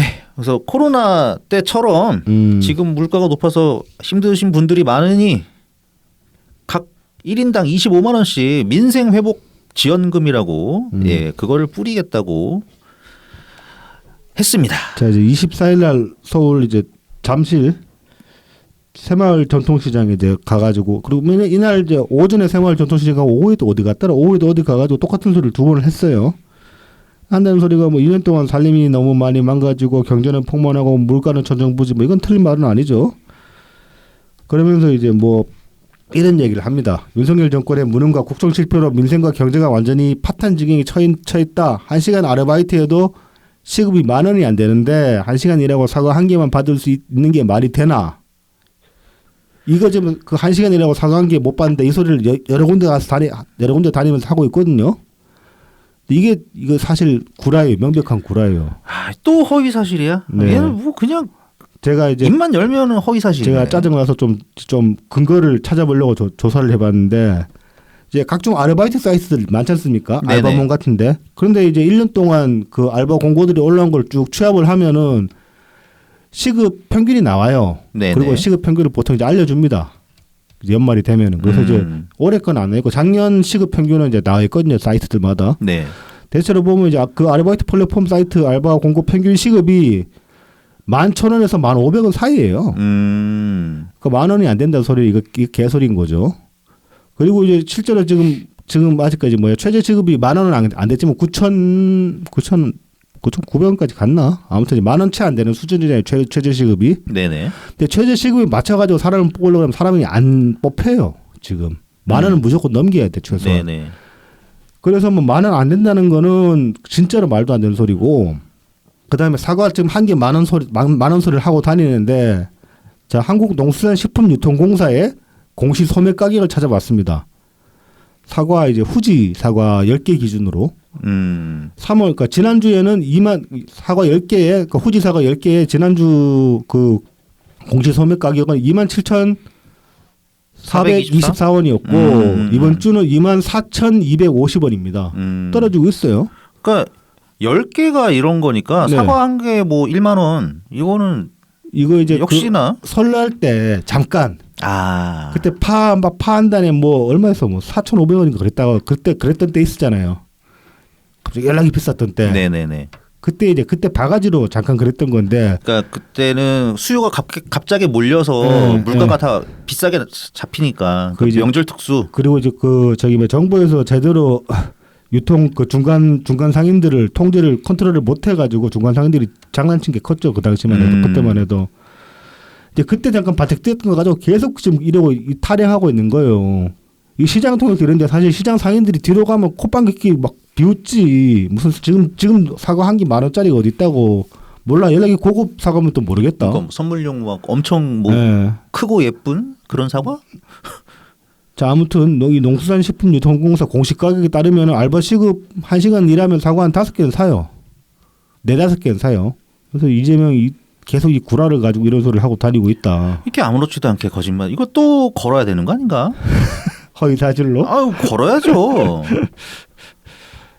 자, 그러면서 이제 뭐 지금 1인당 25만 원씩 해가지고 뭐 4인 가구 요즘 100만 원씩 돈 뿌리자 이런 돈 뿌리자까지도 그렇다 칩시다. 근데 또 지역 상품권으로 줘야 된다 이거를 그런 소리를 하면서 뭐 재원이 한 13조 원밖에 안 된다 이렇게 얘기를 합니다. 그러면서 이제 뭐 윤석열 정권이 이제 그 민생 토론회라는 걸 계속 한 번씩 열잖아요. 네네네네. 여기서 이제 뭐 여러 가지 그 민생 대책들을 내놨는데 이 대책이라고 내놓은 것들을 쭉 합산을 해보면 여기에 드는 예산이 대략 한 900조에서 1,000조 정도다. 거기에 비하면 이제 푼돈이다 이렇게 이제 이재명이 얘기를 하고 있습니다. 뭐야 우리나라도 천조국이야 이제? 그래서 이제 대통령실이 이 900천조라는 이야기 계속 나오니까 여기에서 반박을 했는데 이게 지금 이제 정부 재정이나 민간 투자를 구분 안 하고 그냥 다 때려 넣어가지고 이렇게 얘기를 하는 거다라고 이제 정부에서는 주장을 하고 있습니다. 그래서 예를 들면은 뭐 반도체 메가 클러스터 조성에 622조 원이 투자되는데 투입되는데 이 대부분은 민간 투자다. 뭐 이 중에서 이제 정부 투자는 비율은 한 10% 내외밖에 안 된다 이렇게 얘기를 합니다. 뭐 실제로 그렇죠. 사실 이게 뭐 대규모 그 국가적인 SOC 사업 안 한다면 이런 어떤 그 개발 사업이라는 게 대부분 다 민간 투자를 유치를 하는 거지. 그렇죠. 그래서 일종의 이제 정부는 뭐 보증 정도. 그렇죠. 보증서 주고 그다음에 그래서 항상 그 마중물 역할을 한다고 하잖아요. 원래 예산은 그렇게 쓰거든요. 한 보통 그냥 평균 어림 잡으면은 한 전체 뭐 투자 유치의 한 10분의 1 정도 보통 그런 식으로 정부 예산이 들어가죠. 네. 그런데 이제 그거를 전부 다 그냥 합쳐가지고 정부가 돈 쓴다고 거짓말을. 그렇죠. 거짓말을 하는 거죠. 아무리 윤석열 정부가 상대라고 하지만 일 못하는 윤석열 정부가 상대라고 하지만 이까지 거짓말을 해야지 깔 수 있나? 자 이제 어디 가서 그 이제 논쟁 같은 거 붙을 때 이제 기본적으로 이제 항상 기억해 두시면 좋은 게 우리나라 예산이 아직까지 700조가 안 되죠. 그렇죠. 600조 이번에 넘었죠. 690조 정도죠 지금. 음. 그래서 이제 곧 700조 넘어가긴 할 거예요. 몇 년 안에. 근데 아무튼 이제 600조에서 700조 사이다. 우리나라 예산은 그 정도 규모다라고 생각을 하시면 돼요. 그래서 뭐 이거 지금 천조라고 뭐 천조 그러면 진짜 한 5개년 10개년 계획 잡아야 될 걸. 이런 식으로 돈 쓰는 거를. 당연하죠. 네. 네. 그래서 이건 애초에 말이 안 되는 소리다. 그리고 이거를 참 똑같이 이 고물가 상황을 코로나 때랑 똑같이 돈을 풀어서 해결하겠다고 하는 그 이재명의 발상은 정말 말도 안 됩니다. 코로나 때는 경제 활동이 멈추면서 돈이 정말 극도로 안 돌기 때문에 그나마 그렇죠. 네. 거의 이제 증상이 심한 환자한테 스테로이드 쓴 그런 수준이라고 봐야 되는 거죠. 네. 지금 상황은 물론 뭐 고물가 상황이라고 해가지고 막 경제가 지금 뭐 지나치게 과열돼 있냐 그런 상황은 물론 아닙니다. 그러니까 고물가 상황의 원인이 막 돈이 너무 돌아서 생긴 게 아니기 때문에 다르긴 한데 네. 그렇다고 이거를 돈을 예산을 써서 특히나 이렇게 재난지원금 같은 소비성 예산 현금 지급 예산으로 해결을 하겠다. 네. 말도 안 되는 겁니다. 뭐 그 이재명 지지자 중에는 뭐 지금 당장 10만 원 아쉬운 사람도 있다. 뭐 그렇게 얘기를 하는데 뭐 그런 주장은 뭐 받아들일 수 있어. 그래 10만 원 아쉬운 사람이 있어요. 그러니까 그 사람들한테만 하면 그렇죠. 되지. 그 사람한테 주면 되는 거예요. 그 사람들 선별하는 거 가능하다니까. 이미 문재인 정부에서 시스템 만들어 놨잖아. 그거는. 그리고 지금 그렇게 뭐 급하냐고. 코시국만큼은 아니지. 아니죠. 네. 상황이 지금 전혀 다른 상황인데 똑같은 처방을 내리면 어떡합니까? 이름만 바꿔가지고. 선거 때니까. 그러니까 선거 때니까. 그리고 우리가 항상 의심하지만 코로나가 뭐 좀 급한 일이 생겼나? 뭐 이런. 코로나에는 항상 돌려막기를 해야 되는 게 아닌가. 뭐 이제 그렇게 이제 항상 추측을 하고 있죠. 네네. 그래서 지금 이제 많이 말랐을 거예요. 아까 말씀드렸다시피 이제 오전에도 이 소리를 했고 오후에 이제 또 오후에 영등포 우리 시장 가가지고 똑같은 소리를 하면서 이런 소리를 합니다. 경제는 그렇게 어려운 게 아니다. 돈이 잘 돌게 하면 경제가 활성화된다. 돈이 안 돌게 하면 경제가 침체되고 불황이 온다. 뭐 정부 연간 예산에 비하면 푼돈에 가까운 13조 원으로 가구당 100만 원씩 주면 옷가게가 옷 많이 팔고 그걸로 옆에 있는 누룽지 집 가서 누룽지라도 하나 사고 그럼 또 청가점 가서 장 보고 정육점 가서 돼지고기 좀 사고 이게 경제 활성화다. 야 이 무식한 양반들아 이렇게 하면 된다고요. 진짜 무식하다. 그리고 이게 포퓰리즘의 언어죠. 정확하게. 자, 지금 지금 뭐 미국이랑 뭐 일본 얘기하는데 네. 다른 나라 그거 외에 정상적으로 회복되는 나라가 별로 없습니다. 독일 지금 엄청 힘들고, 네. 예, 독일 같은 나라도 지금 엄청 힘들고, 네. 그 다음에 또 어디 있어? 뭐가 있을까? 뭐 어쨌든 대중 의존도가 낮은 나라들밖에 없어요. 그리고 미국 같은 경우 왜 회복한 것처럼 보이겠습니까? 걔네 갑자기 보호무역 시작했거든. 중국이랑 그렇죠. 싸워서. 네. 예. 그다음에 막 공장 유치하고 뭐 투자 유치하고 우리나라 멱살 잡고 막 그러고 네. 있지. 그렇게 우리 멱살 잡혀서 그런 거고 일본 거기에 대한 반사이. 자, 그러니까 결국 이제 우리나라 그러니까 다른 나라가 뭐 다 정상적으로 뭐 회복되냐? 그러면은 막 내리지. 중앙에서 금리 내려버리지. 지금 우리가 힘든 주요한 원인은 지난주에도 말씀드렸지만 중국이랑 우크라이나 전쟁이 가장 크단 말이에요. 원인이. 네, 그렇습니다. 그런데 뭐 지난주에는 뭐 중국에 샤샤하면 된다 그러면서 이번 주는 돈 풀면 된다 이러고 있으니 참 답이 없는 거야. 이거는 진짜로. 중국이 지금 돈을 왜 못 푸는데? 중국이 지금. 자 이제 뭐 이재명이 이 수준이니까 이제 개딸들도 참 이제 수준의 바닥을 보이고 있습니다. 이번 주 들어가지고 이제 이런 뉴스가 있었죠. 3월 27일 날 전병현 후보가 이제 SNS에 이제 올리신 글 보면은 제목이 이렇습니다. 이재명 대표가 개딸 팬데몬 깡패입니까? 성대시장 폭행 사건에 대해 사과하십시오. 이제 많이들 아시는 내용인데 그 이제 23일 날 그 동작군의 성대시장에서 이제 그 전병현 후보 그 캠프 측에서 이제 그 어떤 그 시장 방문 행사를 가지려고 했는데 이재명도 이제 그날 마침 이제 일정이 잡혔다고 해요. 네, 그래서 이재명 쪽에서 먼저 시간상 이제 이재명이 성대시장을 먼저 방문을 해서 유세를 하고 근데 이제 늦게 오고 예, 그러니까 또 빨리 가지도 않고 그래가지고 당초 잡힌 계획에는 이제 이재명이 먼저 하거나 시간상으로 이재명하고 빠진 그 이후의 시간에 이제 전병헌 캠프 측에서 들어가가지고 이제 행사를 하기로 했었는데 이재명이 늦게 온 데다가 와서는 또 시간 질질 끌어가지고 네, 그렇죠. 시간이 겹쳐지는 이제 그런 게 있었던 거죠. 그래서 전병헌 캠프 선거 운동원들은 당연히 계속 그냥 기다리고 있는. 그렇죠. 먼저 가서 준비하고 기다리고 있었던 거죠. 예. 그런데 그때 나중에 이제 이재명이 떠난 후에 네. 그 민주당 선거 운동원 중 한 사람이 네. 이 전병헌 캠프 운동원이랑 마주쳤는데 네. 사실 다 같은 민주당에 있었을 때니까 그렇죠. 아는 얼굴일 거란 말입니다. 그 지역 사람들이 지역 같은 당원들이었으니까. 네. 그런데 이제 막 네가 여기는 왜 왔냐면서 그쪽 이 민주당 운동원이 네. 전병헌 캠프 운동원 막 모욕했다고 합니다. 네. 그래도 이제 전병헌 캠프 운동원 분께서는 피해자는 그래도 과거에 한솥밥 먹었던 사이인지라 이제 좀 진정시켜 보려고 다가가서 왜 이러냐 그러면서 이제 네. 어깨동무하고 이제 말 좀 걸려고 그랬는데 근데 막 오히려 주먹질을 당하셨다고 네. 합니다. 그래서 옆구리를 이렇게 이제 어깨동무하면서 말을 거는데 이렇게 하고 있는데 여기 이제 팔 들고 이렇게 있으니까 여기 옆구리를 팍 친 거예요. 네. 갈비뼈인들 쳐가지고 갈비뼈가 골절이 되어서 처음에 이제 맞고 그냥 괜찮다 그러고 집에 오셨는데 그분 집에 와가지고 계속 아프고 해가지고 병원 가봤더니면 갈비뼈가 나갔다. 그래서 전치 6주가 나온 거예요. 이거 참 깡패지 이거 이 정도면은. 깡패죠. 네. 네, 네. 그래서 이제 여기서는 책임을 반드시 묻겠다라고 이제 전병헌 후보 측에서는 입장을 냈는데 아직까지도 사과도 없어요.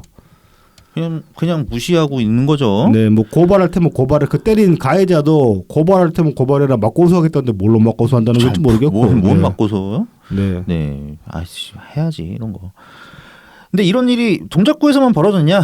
네, 그것도 아닙니다. 3월 29일 익산에 출발한 신재용 후보가 올린 글을 보겠습니다. 이거 이제 이거는 또 뭐냐면 현수막을 이제 신재용 후보가 건 현수막 중에 일부가 이제 훼손이 됐는데 처음에는 이제 그날 이제 익산에서 바람이 많이 불어가지고 전국적으로 바람이 엄청 네. 부는 날이 있었죠. 그래서 이제 바람 때문에 찢겨진 거 아니냐 그렇게 이제 봤었는데 현수막을 이제 그래서 그 훼손된 현수막을 회수해가지고 이제 다시 걸려고 보니까 그 라이터로 태운 자국들이 선명하게 있다는 거예요. 끈을 이제 태워버렸다는 네, 거죠. 이제 누가 이제 고의로 한 거지. 그렇죠. 근데 누가 했겠어요 이걸 뭐 국힘당 측에서 했겠어? 국힘당 출마는 했나? 출마를 했는지도 모르겠고. 예. 네. 했을 수는 네. 있겠는데 어쨌든 이런 테러 행위가 또 익산에서도 나타났고요.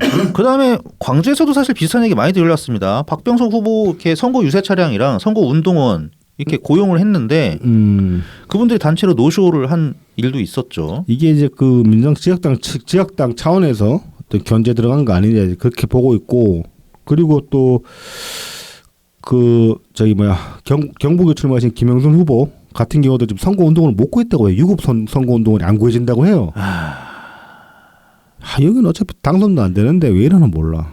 아무튼 이건 이제 조직적 방해라고밖에 볼 수 없는 거예요. 네. 그러면서 또 이재명은 또 무슨 짓을 했냐?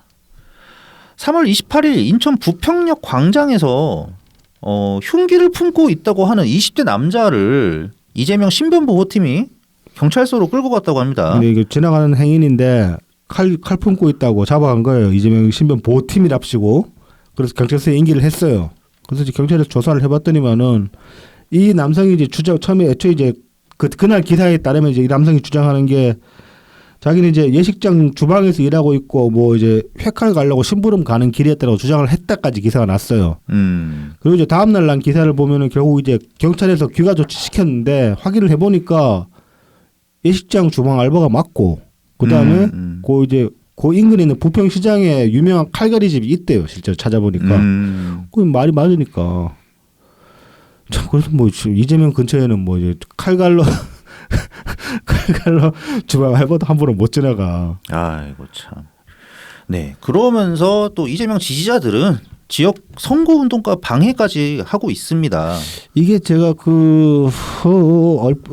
전병헌 후보 인터뷰 때인가 이제 들은 것 같은데 이게 그 선거법을 준수하면서 운동원들이 한 5명 정도 붙어가지고 같이 인사를 하고 있었는데 이거를 선거법 위반이라고 개딸이 계속 신고를 넣은 거예요 선관위에. 한두 번 넣는 것 때문에 계속 넣으니까 선관위식에서 결국 나와가지고 뭐 쓸데없이 괜히 주의 준척하고 갔다고 해요. 근데 이런 식의 이제 이것도 일종의 방해 행동이라고 볼 수 있죠. 그러니까 이런 식의 괜히 괜한 트집 잡기가 계속 있을 수 있고 그리고 또 틀림없이 개딸들이 어떤 꼬투리 잡으려고 지금 눈에 불을 켜고 있을 거란 말입니다. 네네. 우리 지금 이제 광주에 많이들 왕창 내려가셨잖아요. 그쪽에도 틀림없이 이런 식으로 태클 걸려고 덤비는 개딸들이 있을 겁니다. 뭐 채팅해 해가지고 뭐 고발거리도 안 되는데 고발 집어넣고 하는 경우들이 있을 거예요. 틀림없이. 그래서 허위 신고라고 할 수 있겠죠. 그렇죠. 네. 그런 것들을 좀 이제 유의하실 필요가 있고 그리고 저는 이건 좀 역공격도 할 수 있다. 쟤네들 선거법 위반하는 거 없는지 유심하게 보고 있다가 우리도 카메라 들고 찍으면 돼. 이럴 것 같으면은. 그렇죠. 다만 지금 우리가 이제 뭐 숫자가 많이 딸리고 우리가 가야 될 지역구가 많아가지고 이런 것까지 할 시간이 저희가 얼마나 있을지는 모르겠지만. 그리고 이게 또 이재명 굉장히 최근에 네. 계양구 선거운동할 때 웃기는 짓을 했어요. 네네. 그날 학생들 모의고사를 보는 날이었는데. 그렇죠. 네. 예, 그래서 중앙당에서 스피커 사용을 자제하라고 공문까지 나왔는데 이재명은 당당하게 또 네. 학교 근처에서 네. 스피커 빵빵하게 틀어가지고 유세를 했다고 하죠. 네. 그 영향이니까 네. 이재명이 유세를 할 때 출근 시간이나 퇴근 시간이나 지나가는 차들이 네. 엄청나게 경적을 울리면서 네. 항의를 했구나. 네, 지나갔다고 합니다. 이게 이런 비슷한 거를 본 게 예전에 네. 강남 쪽이었나? 네. 지방선거 때로 제가 얼핏 기억하는데 네. 홍준표가 네. 강남 쪽에 어디 이렇게 유세 활동을 하고 있는데 차들이 엄청나게 경적을 울리면서 시끄럽게. 예. 그래서 홍준표가 뭐 이렇게 말만 하려고 그러면 빵 말하는데 빵 이렇게 그런 거를 개항에서 보게 됐고 또 하나는 엄청 진짜 황당한 게 있었는데 이거 정말 선거법 위반 아니다 도로교통법 위반일 것 같기도 한데 선거 유세 차량을 횡단 보도를 가려버렸어요. 거기다가 유세 차량을 놓고서 네. 연설을 하고 있는 거야. 이재명이? 예. 그게 개항인지 아니면 다른 지역 뭐 선거 유세 지원을 갔는지 모르겠는데 무서부리잖아. 그러니까는 저 반대편에서 보행자가 네. 신호 바뀌는 걸 못 보는 거예요. 차에 가려가지고. 네네. 유세 차량에 가려가지고. 그래서 선거 유세하는 운동원이 이제 건너오셔도 된다 알려줘가지고 이렇게 건너오고 막 그런 해프닝이 벌어졌는데 아유. 이런 거 놔두면 안 되죠. 어쨌든 이딴 식으로 하면서 또 어저께는 개항에서 이제 유세하는 도중에 저기 누구야 원희룡이 이제 원희룡 유세 팀이 근처에 있었거든요. 근데 그쪽 소리가 굉장히 크니까 이재명 자기가 유세를 하다가 이제 소리가 묻히니까 한다는 소리가 우리는 품위 있게 합시다 이딴 소리를 냈다고. 품위는 뭐 전혀 못 찾겠고요. 거의 법도 안 지키는 것 같은데 뭐 선거법도 다 쌩 까고 있는데 지금. 그러니까 말입니다. 에휴, 우리가 저런 놈들하고 같은 밥을 먹을 수 없어가지고 나온 거 아니겠습니까? 그렇습니다. 자 이제 마지막으로 연 대표님 광주 출마에 관해서 좀 이야기를 해볼까 합니다. 먼저 이제 요 컨텐츠 많이들 보셨을 것 같은데 26일날 이제 세미래 TV에 이낙연 악마 시리즈가 이제 그동안에 한 10부작이었나? 10부작인가 11부작 정도. 네, 이제 올라왔었고 이제 번외편으로 신정현 책임위원 인터뷰가 올라왔어요. 요건 이제 내용이 뭐냐면 신정현 책임위원의 이제 도의원 시절에 이재명 도지사 시절에 이제 최초에 이제 문제 제기했던 게 이재명 측근 비리들. 네네. 이제 이재명 측근을 이제 많이 꽂았잖아요, 이재명이. 네, 경기도에 많이 꽂았죠. 네. 정보직으로. 네. 없던 자리도 만들어서 꽂을 정도로. 네, 이제 그 측근 비리들 와서 이제 도정 질의를 통해서 지적을 했고 이제 그거를 당시에 많은 특히 지방지들이 취재를 해갔어요. 신정현 당시 이제 도의원의 인터뷰도 따가고 했는데 어찌된 영문인지 그렇게 취재를 왕창 해갔는데 다음날 기사가 한 줄이 안 나더라는 거야. 그래가지고 이게 무슨 일이지 하고 이제 추적을 하다 보니까 언론사에서 이제 이런 얘기가 나왔다고 해요. 이제 모든 지역지 언론의 기사들은 경기도청을 통한다. 이게 이제 무슨 얘기냐면은 당시에 이제 경기도청에서 도조례에 없는 조직을 하나 만들었어요. 언론홍보위원회. 여기서 뭘 하냐면은 그 언론 그 지방지들의 이제 그 보도를 계량화를 합니다. 언론이 이제 긍정 보도냐 부정 보도냐 이걸 계량화해 가지고 다 이제 그 데이터를 쌓는 거죠. 그래서 긍정 보도가 이제 많은 언론들한테는 이제 광고비를 홍보 예산을 몰아주고 부정 보도가 많으면은 이쪽은 아예 광고비 집행을 중단을 해버리는 거야. 그런데 이제 뭐 특히 지방지 같은 경우는 광고비에 특히 관청의 광고비에 의존하는 바가 굉장히 클 수밖에 없잖아요. 지역시니까. 네, 그렇죠. 지역시는 특히 그럴 수밖에 없잖아요. 구독자가 많이 있는 것도 아니니까요. 그래서 이제 이 뭐 도청 그 홍보 예산에 목을 맬 수밖에 없고 이런 방식은 사실 우리도 이제 그 동안에 과거에 직접 봤던 게 있죠. 그 이제 이재명이 성남시장 시절에. 네, 성남시장 시절에도 그 이런 유사한 언론팀이 있었다고 제가 알고 있습니다. 그리고 이제 그 당시에 성남의 소리 모동희 기자님이 계시는 성남의 소리가 이제 이재명 비판 기사를 내기 시작하니까 한 방에 광고를 끊어버렸죠. 네. 그 뒤로 성남의 소리가 이제 급격하게 재정이 어려워져가지고 그리고 굉장히 이제 알 수 없는 듣보잡 1인 인터넷 그렇습니다. 네. 지역 신문들에 광고비가 광고 팍팍 꽂히죠. 네. 꽂히고 또 그 사업주라고 해야 되나? 걔네 그 사람들이 SNS를 묘하게 계정 파가지고 마치 일반 시민인 그렇죠. 마냥 네. 어뷰징을 하기도 하고. 네. 그다음에 막 이재명을 서킹하고 그 1인 미디어라고 하는데 보면은 그 주소지 맵으로 때려 보면은 뭐 가정집이고 그래요. 네, 맞습니다. 블로거야 블로거 사실상. 그렇죠. 블로거죠. 예. 그런 사람들 중에는 뭐 이제 이재명 대리고발자도 있었고 뭐 그랬죠. 맞습니다. 네. 네. 뭐 이제 이런 식으로 이제 언론을 길들였고 그리고 또 그 이제 우리도 익히 아는 내용 중에 그런 게 있죠. 그 이게 22년 10월 13일 날 문화일보에서 나온 기사인데 우리가 방송에서 소개를 했었나 모르겠다. 이게 이제 그 22년이니까 이제 이재명이 당대표 된 이후에 나온 기사인데 그 당시 이제 국힘의 그 문화관광위 소속 김능수 의원실에서 이제 언론진흥재단으로부터 제출받은 자료에 따르면은 2018년부터 21년 경기도에서 팟캐스트 플랫폼 팟빵에다가 총 6억 3,950만 원의 광고비를 집행을 했어요. 그런데 이 중에 EJ에 1억 7,677만 원, 매불조에 1억 4,520만 원, 그다음에 김용민 브리핑에 8,422만 원, 새날에 3,619만 원이 집행이 됐다. 이런 내용입니다. 그러니까 이런 식으로 유튜버 팟캐스터들을 또 이제 팟캐스터한테 먹이를 준 거죠, 말하자면은. 그래서 이제 저는 크게 보면은 이게 이제 투 트랙으로 가는데 기존 언론들을 통해서는 주로 이제 부정적인 보도들을 막는 역할, 광고비를 집행을 해서 그러면서 유튜버나 팟캐스터들은 이제 그 홍보 겸 광고, 이재명 띄우기도 많이 하지만 어느 순간부터는 이재명 띄우기는 더 이상 뭐 특별히 신경 쓸 필요가 없었을 것이고 오히려 이제 상대측을 악마하는데 이쪽 팟캐스트 플랫폼을 많이 활용을 했다. 그렇죠. 이 또 이제 악마하면은 우리도 이제 우리 쪽 유튜버나 팟캐스트를 오래전부터 보신 분들은 이제 아실 만한 내용 중에 그런 게 있었죠. 이제 UBC 권순욱 기자 악마시키는 과정. 이게 이제 뭐 예전에 그게 2018년인데 그 이재명 리스크 방송 전후였나? 그때 이제 김용이 찾아왔었다고 하죠. 네네. 그러면서 이제 거액의 또 후원금 그런 걸 제안을 하면서 이제 이 이야기는 아마 백광현 앵커도 그 백브리핑에서 한번 얘기했던 적이 있는 걸로 제가 알고 있습니다. 권순욱 기자도 얘기한 적이 있고. 예. 그래서 그런 제안을 해왔었는데 거절을 했었고 그 뒤부터 이제 본격적으로 권순욱 기자에 대한 악마가 이제 시작이 됐었는데 이게 뭐 커뮤니티나 단톡방 같은 데서 이제 그런 악마들이 슬슬 시작이 됐었죠. 그래서 뭐 대표적인 게 권순욱 기자가 당시에 전해철 의원한테 2억인가 받았다. 네네네. 그 얘기가 엄청나게 돌았다고 하죠. 뭐 이제 그런 식으로 사람을 하나 악마화 시켜가지고 매장을 했고 그런 식의 악마화 과정들이 똑같이 이제 이낙연 대표님한테 자행이 된 거죠. 네, 그렇습니다.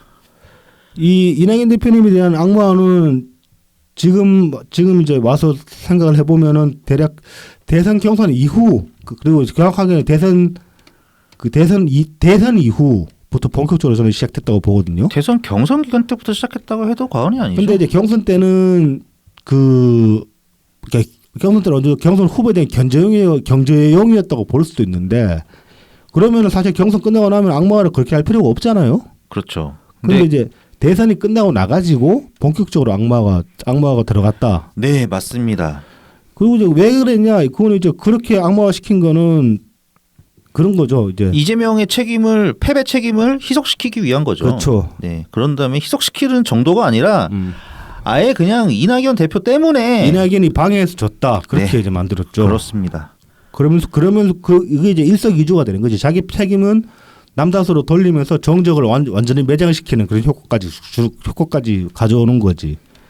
그래서 이제 이 가짜뉴스에 저런 사람들이 그러니까 이거를 이게 이제 그 경선 이후부터 시작됐다라고 이제 말할 수 있는 근거가 뭐냐면은 경선 때만 해도 우리 다들 기억하시겠지만은 광주 전남에서 유일하게 이겼어요. 그죠? 진짜 겨우 이겼죠. 겨우지만 이겼어요. 광주 전남에서 그때는. 이겼지. 근데 지금 어떻습니까? 지금 광주 출마해 보니까 어때요? 광주가 전국에서 제일 험지예요. 많은 분들이 얘기해 주시고 SNS에도 올려주시죠. 네. 그래서 이낙연 후보에 대한 악마가 상당히 아직도 뿌리 깊게 남아 있고 많은 분들이 이낙연 후보가 민주당을 배신했다. 그러니까 이제 그 네. 프레임이 씌워진 게 대선 이후부터라고 봐야 되는 거예요. 본격적으로 씌워진 게. 네, 그렇습니다. 자, 그러면 이제 그 이낙연 후보가 광주에 출마하신 게 대체 그럼 어떤 의의가 있을까? 이걸 한번 생각을 해봅시다. 마지막으로. 그동안 이제 선거 구도적인 측면에서 광주에서부터 바람이 일면은 이게 전국적으로 퍼져나갈 것이다. 그렇게 이제 우리들도 많이 얘기를 해왔었잖아요. 네네. 뭐 이제 그 시각도 유효합니다만은 저는 이제 그 어떤 선거 외적인 관점으로 한번 보고 싶어요. 광주 출마에 대해서. 이게 어떤 선거 지금 이제 그 선거 홍보 전략, 선거 유세 그 표를 광주 사람들한테 호소하는 전략으로서는 광주 출마가 이재명 이낙연 대표가 이제 민주당을 버리는 게 아니라 민주당 재건을 위해서 광주에 나왔다. 네네. 왜냐하면 민주당에는 광주부터 시작됐으니까 광주가 민주당의 상징이자 전부라고 할 수 있으니까 광주에서 표를 얻어서 나와야지 민주당을 재건할 수 있는 명분도 생긴다. 뭐 그렇게 막 얘기를 할 수도 있겠지만은 그건 이제 선거 내적인 면으로 그렇게 볼 수 있는 것이고 이제 그런 것들은 충분히 우리 안에서 이제 커먼 센스로 이제 자리 잡은 것들이니까 일단 제껴놓고 결국은 그 지금 이낙연 대표를 음해하는 가짜뉴스라는 것도 가짜뉴스의 실체가 현실화되어 있는 게 바로 저는 광주라고 생각을 하거든요. 그러니까 광주가 그렇게 험지가 전국 어디를 나가도 사실은 이낙연 대표에 대한 호감도는 높아요. 저도 이제 경험적으로 많이 느꼈는데 엊그저께 온양 갔을 때도 그 이제 떡볶이 집에서 떡볶이 먹으면서 이제 떡볶이 주인한테 이제 그 사장님한테 영업하려고 6번 찍어 주십시오. 6번이 무슨 당이냐? 새누리입니다. 잘 몰라. 당연히 모르지. 그래서 이제 이낙연 당입니다. 그러니까 이낙연 씨 좋죠. 이렇게 대뜸 그렇게 답이 나와요. 그리고 제가 그러니까 대구에 전화해가지고 영업 뛸 때도 아니면 뭐 대전에도 친구 있을 때 대전에 전화 걸어서 영업 뛸 때도 야 6번 찍어주라 그러면 6번 뭔데요? 새누리 뭐 하는데? 이낙연 당 그러면 그래? 이렇게 반응이 이렇게 나오니까 굉장히 긍정적으로 나와. 그러니까 전국 어디를 가도 이낙연 대표에 대한 호감도는 높아요. 그리고 다들 아는 사람이고 그만큼 유명한 사람이고. 근데 광주에서는 안 그래. 가짜뉴스에 절여버린 거예요. 광주가 완전히. 네네. 그래서 이 연 대표님이 광주에 출마하신 거는 결국 가짜뉴스와의 싸움이고 가짜뉴스와의 전면전이고 그 전면전이 시작이 되는 거죠. 여기서부터 돌파해 나가야지 가짜뉴스를 깨부술 수 있는 것이고 어차피 대선까지 가려면은 이거랑 정면 충돌해서 이걸 깨부수지 않고서는 대선까지 갈 수 있는 방법이 없어요. 네. 그리고 또 있습니다. 광주에서 뭔가 유의미한 성과를 보이게 되면은 그만큼 또 언론에서는 민주당의 뿌리가 흔들린다고 보도를 하기 시작할 그렇죠. 것이기 때문에. 네. 그래서 저는 이제 이번 선거에서 이겨야겠지만은 승패와 상관없이 이제 가짜뉴스의 진짜 싸움이 시작된 거고 결국은 이건 대선으로 가는 첫 시발점이 됐다. 네, 그렇습니다. 그래서 선거 이후에 우리가 총선에서 이기든 지든 상관없이 어떤 성과를 거두든 상관없이 우리 진짜 싸움이 이제부터 시작이다. 그게 연 대표님 광주 출마하신 게 시발점이다.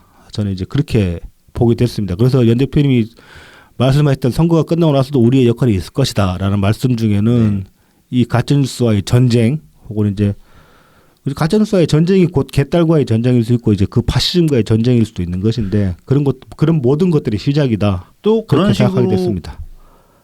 정치 활동을 이어 나가야지만 우리가 총선용 떴다방이 아닌 게 되는 거죠. 그렇죠. 네. 그래서 길게 앞으로 계속 우리 당은 존재해야 되고 그렇습니다. 우리도 계속 싸워야 된다. 네, 그래야지 지방선거 그다음에 나중에 대선까지 계속 이어나갈 수가 있는 것이겠죠. 네. 네, 많은 분들 지금 애쓰시고 막 현장에서도 애쓰시고 뭐 후원해 주시느라고 애쓰시고 온라인에서도 열심히 하시고. 네. 네. 이제 한 열흘 남았으려나요? 열흘 예. 좀한 12일 남았습니다. 오늘로는. 예. 네. 그래서 계속 끝까지 힘내도록 하십시다. 다들 힘내서 잘하고 계세요. 지금. 네, 맞습니다. 우리만 힘내면 돼. 예. 우리도 우리 뭐 힘이 떨어지진 않았잖아. 아, 우린 평소에 힘을 안 썼기 때문에 우리 항상 네, 남아 있어. 이제 힘을 좀 써야 돼. 네. 네, 그러면 다음 주에 다시 또 찾아뵙겠습니다. 네, 감사합니다. 감사합니다.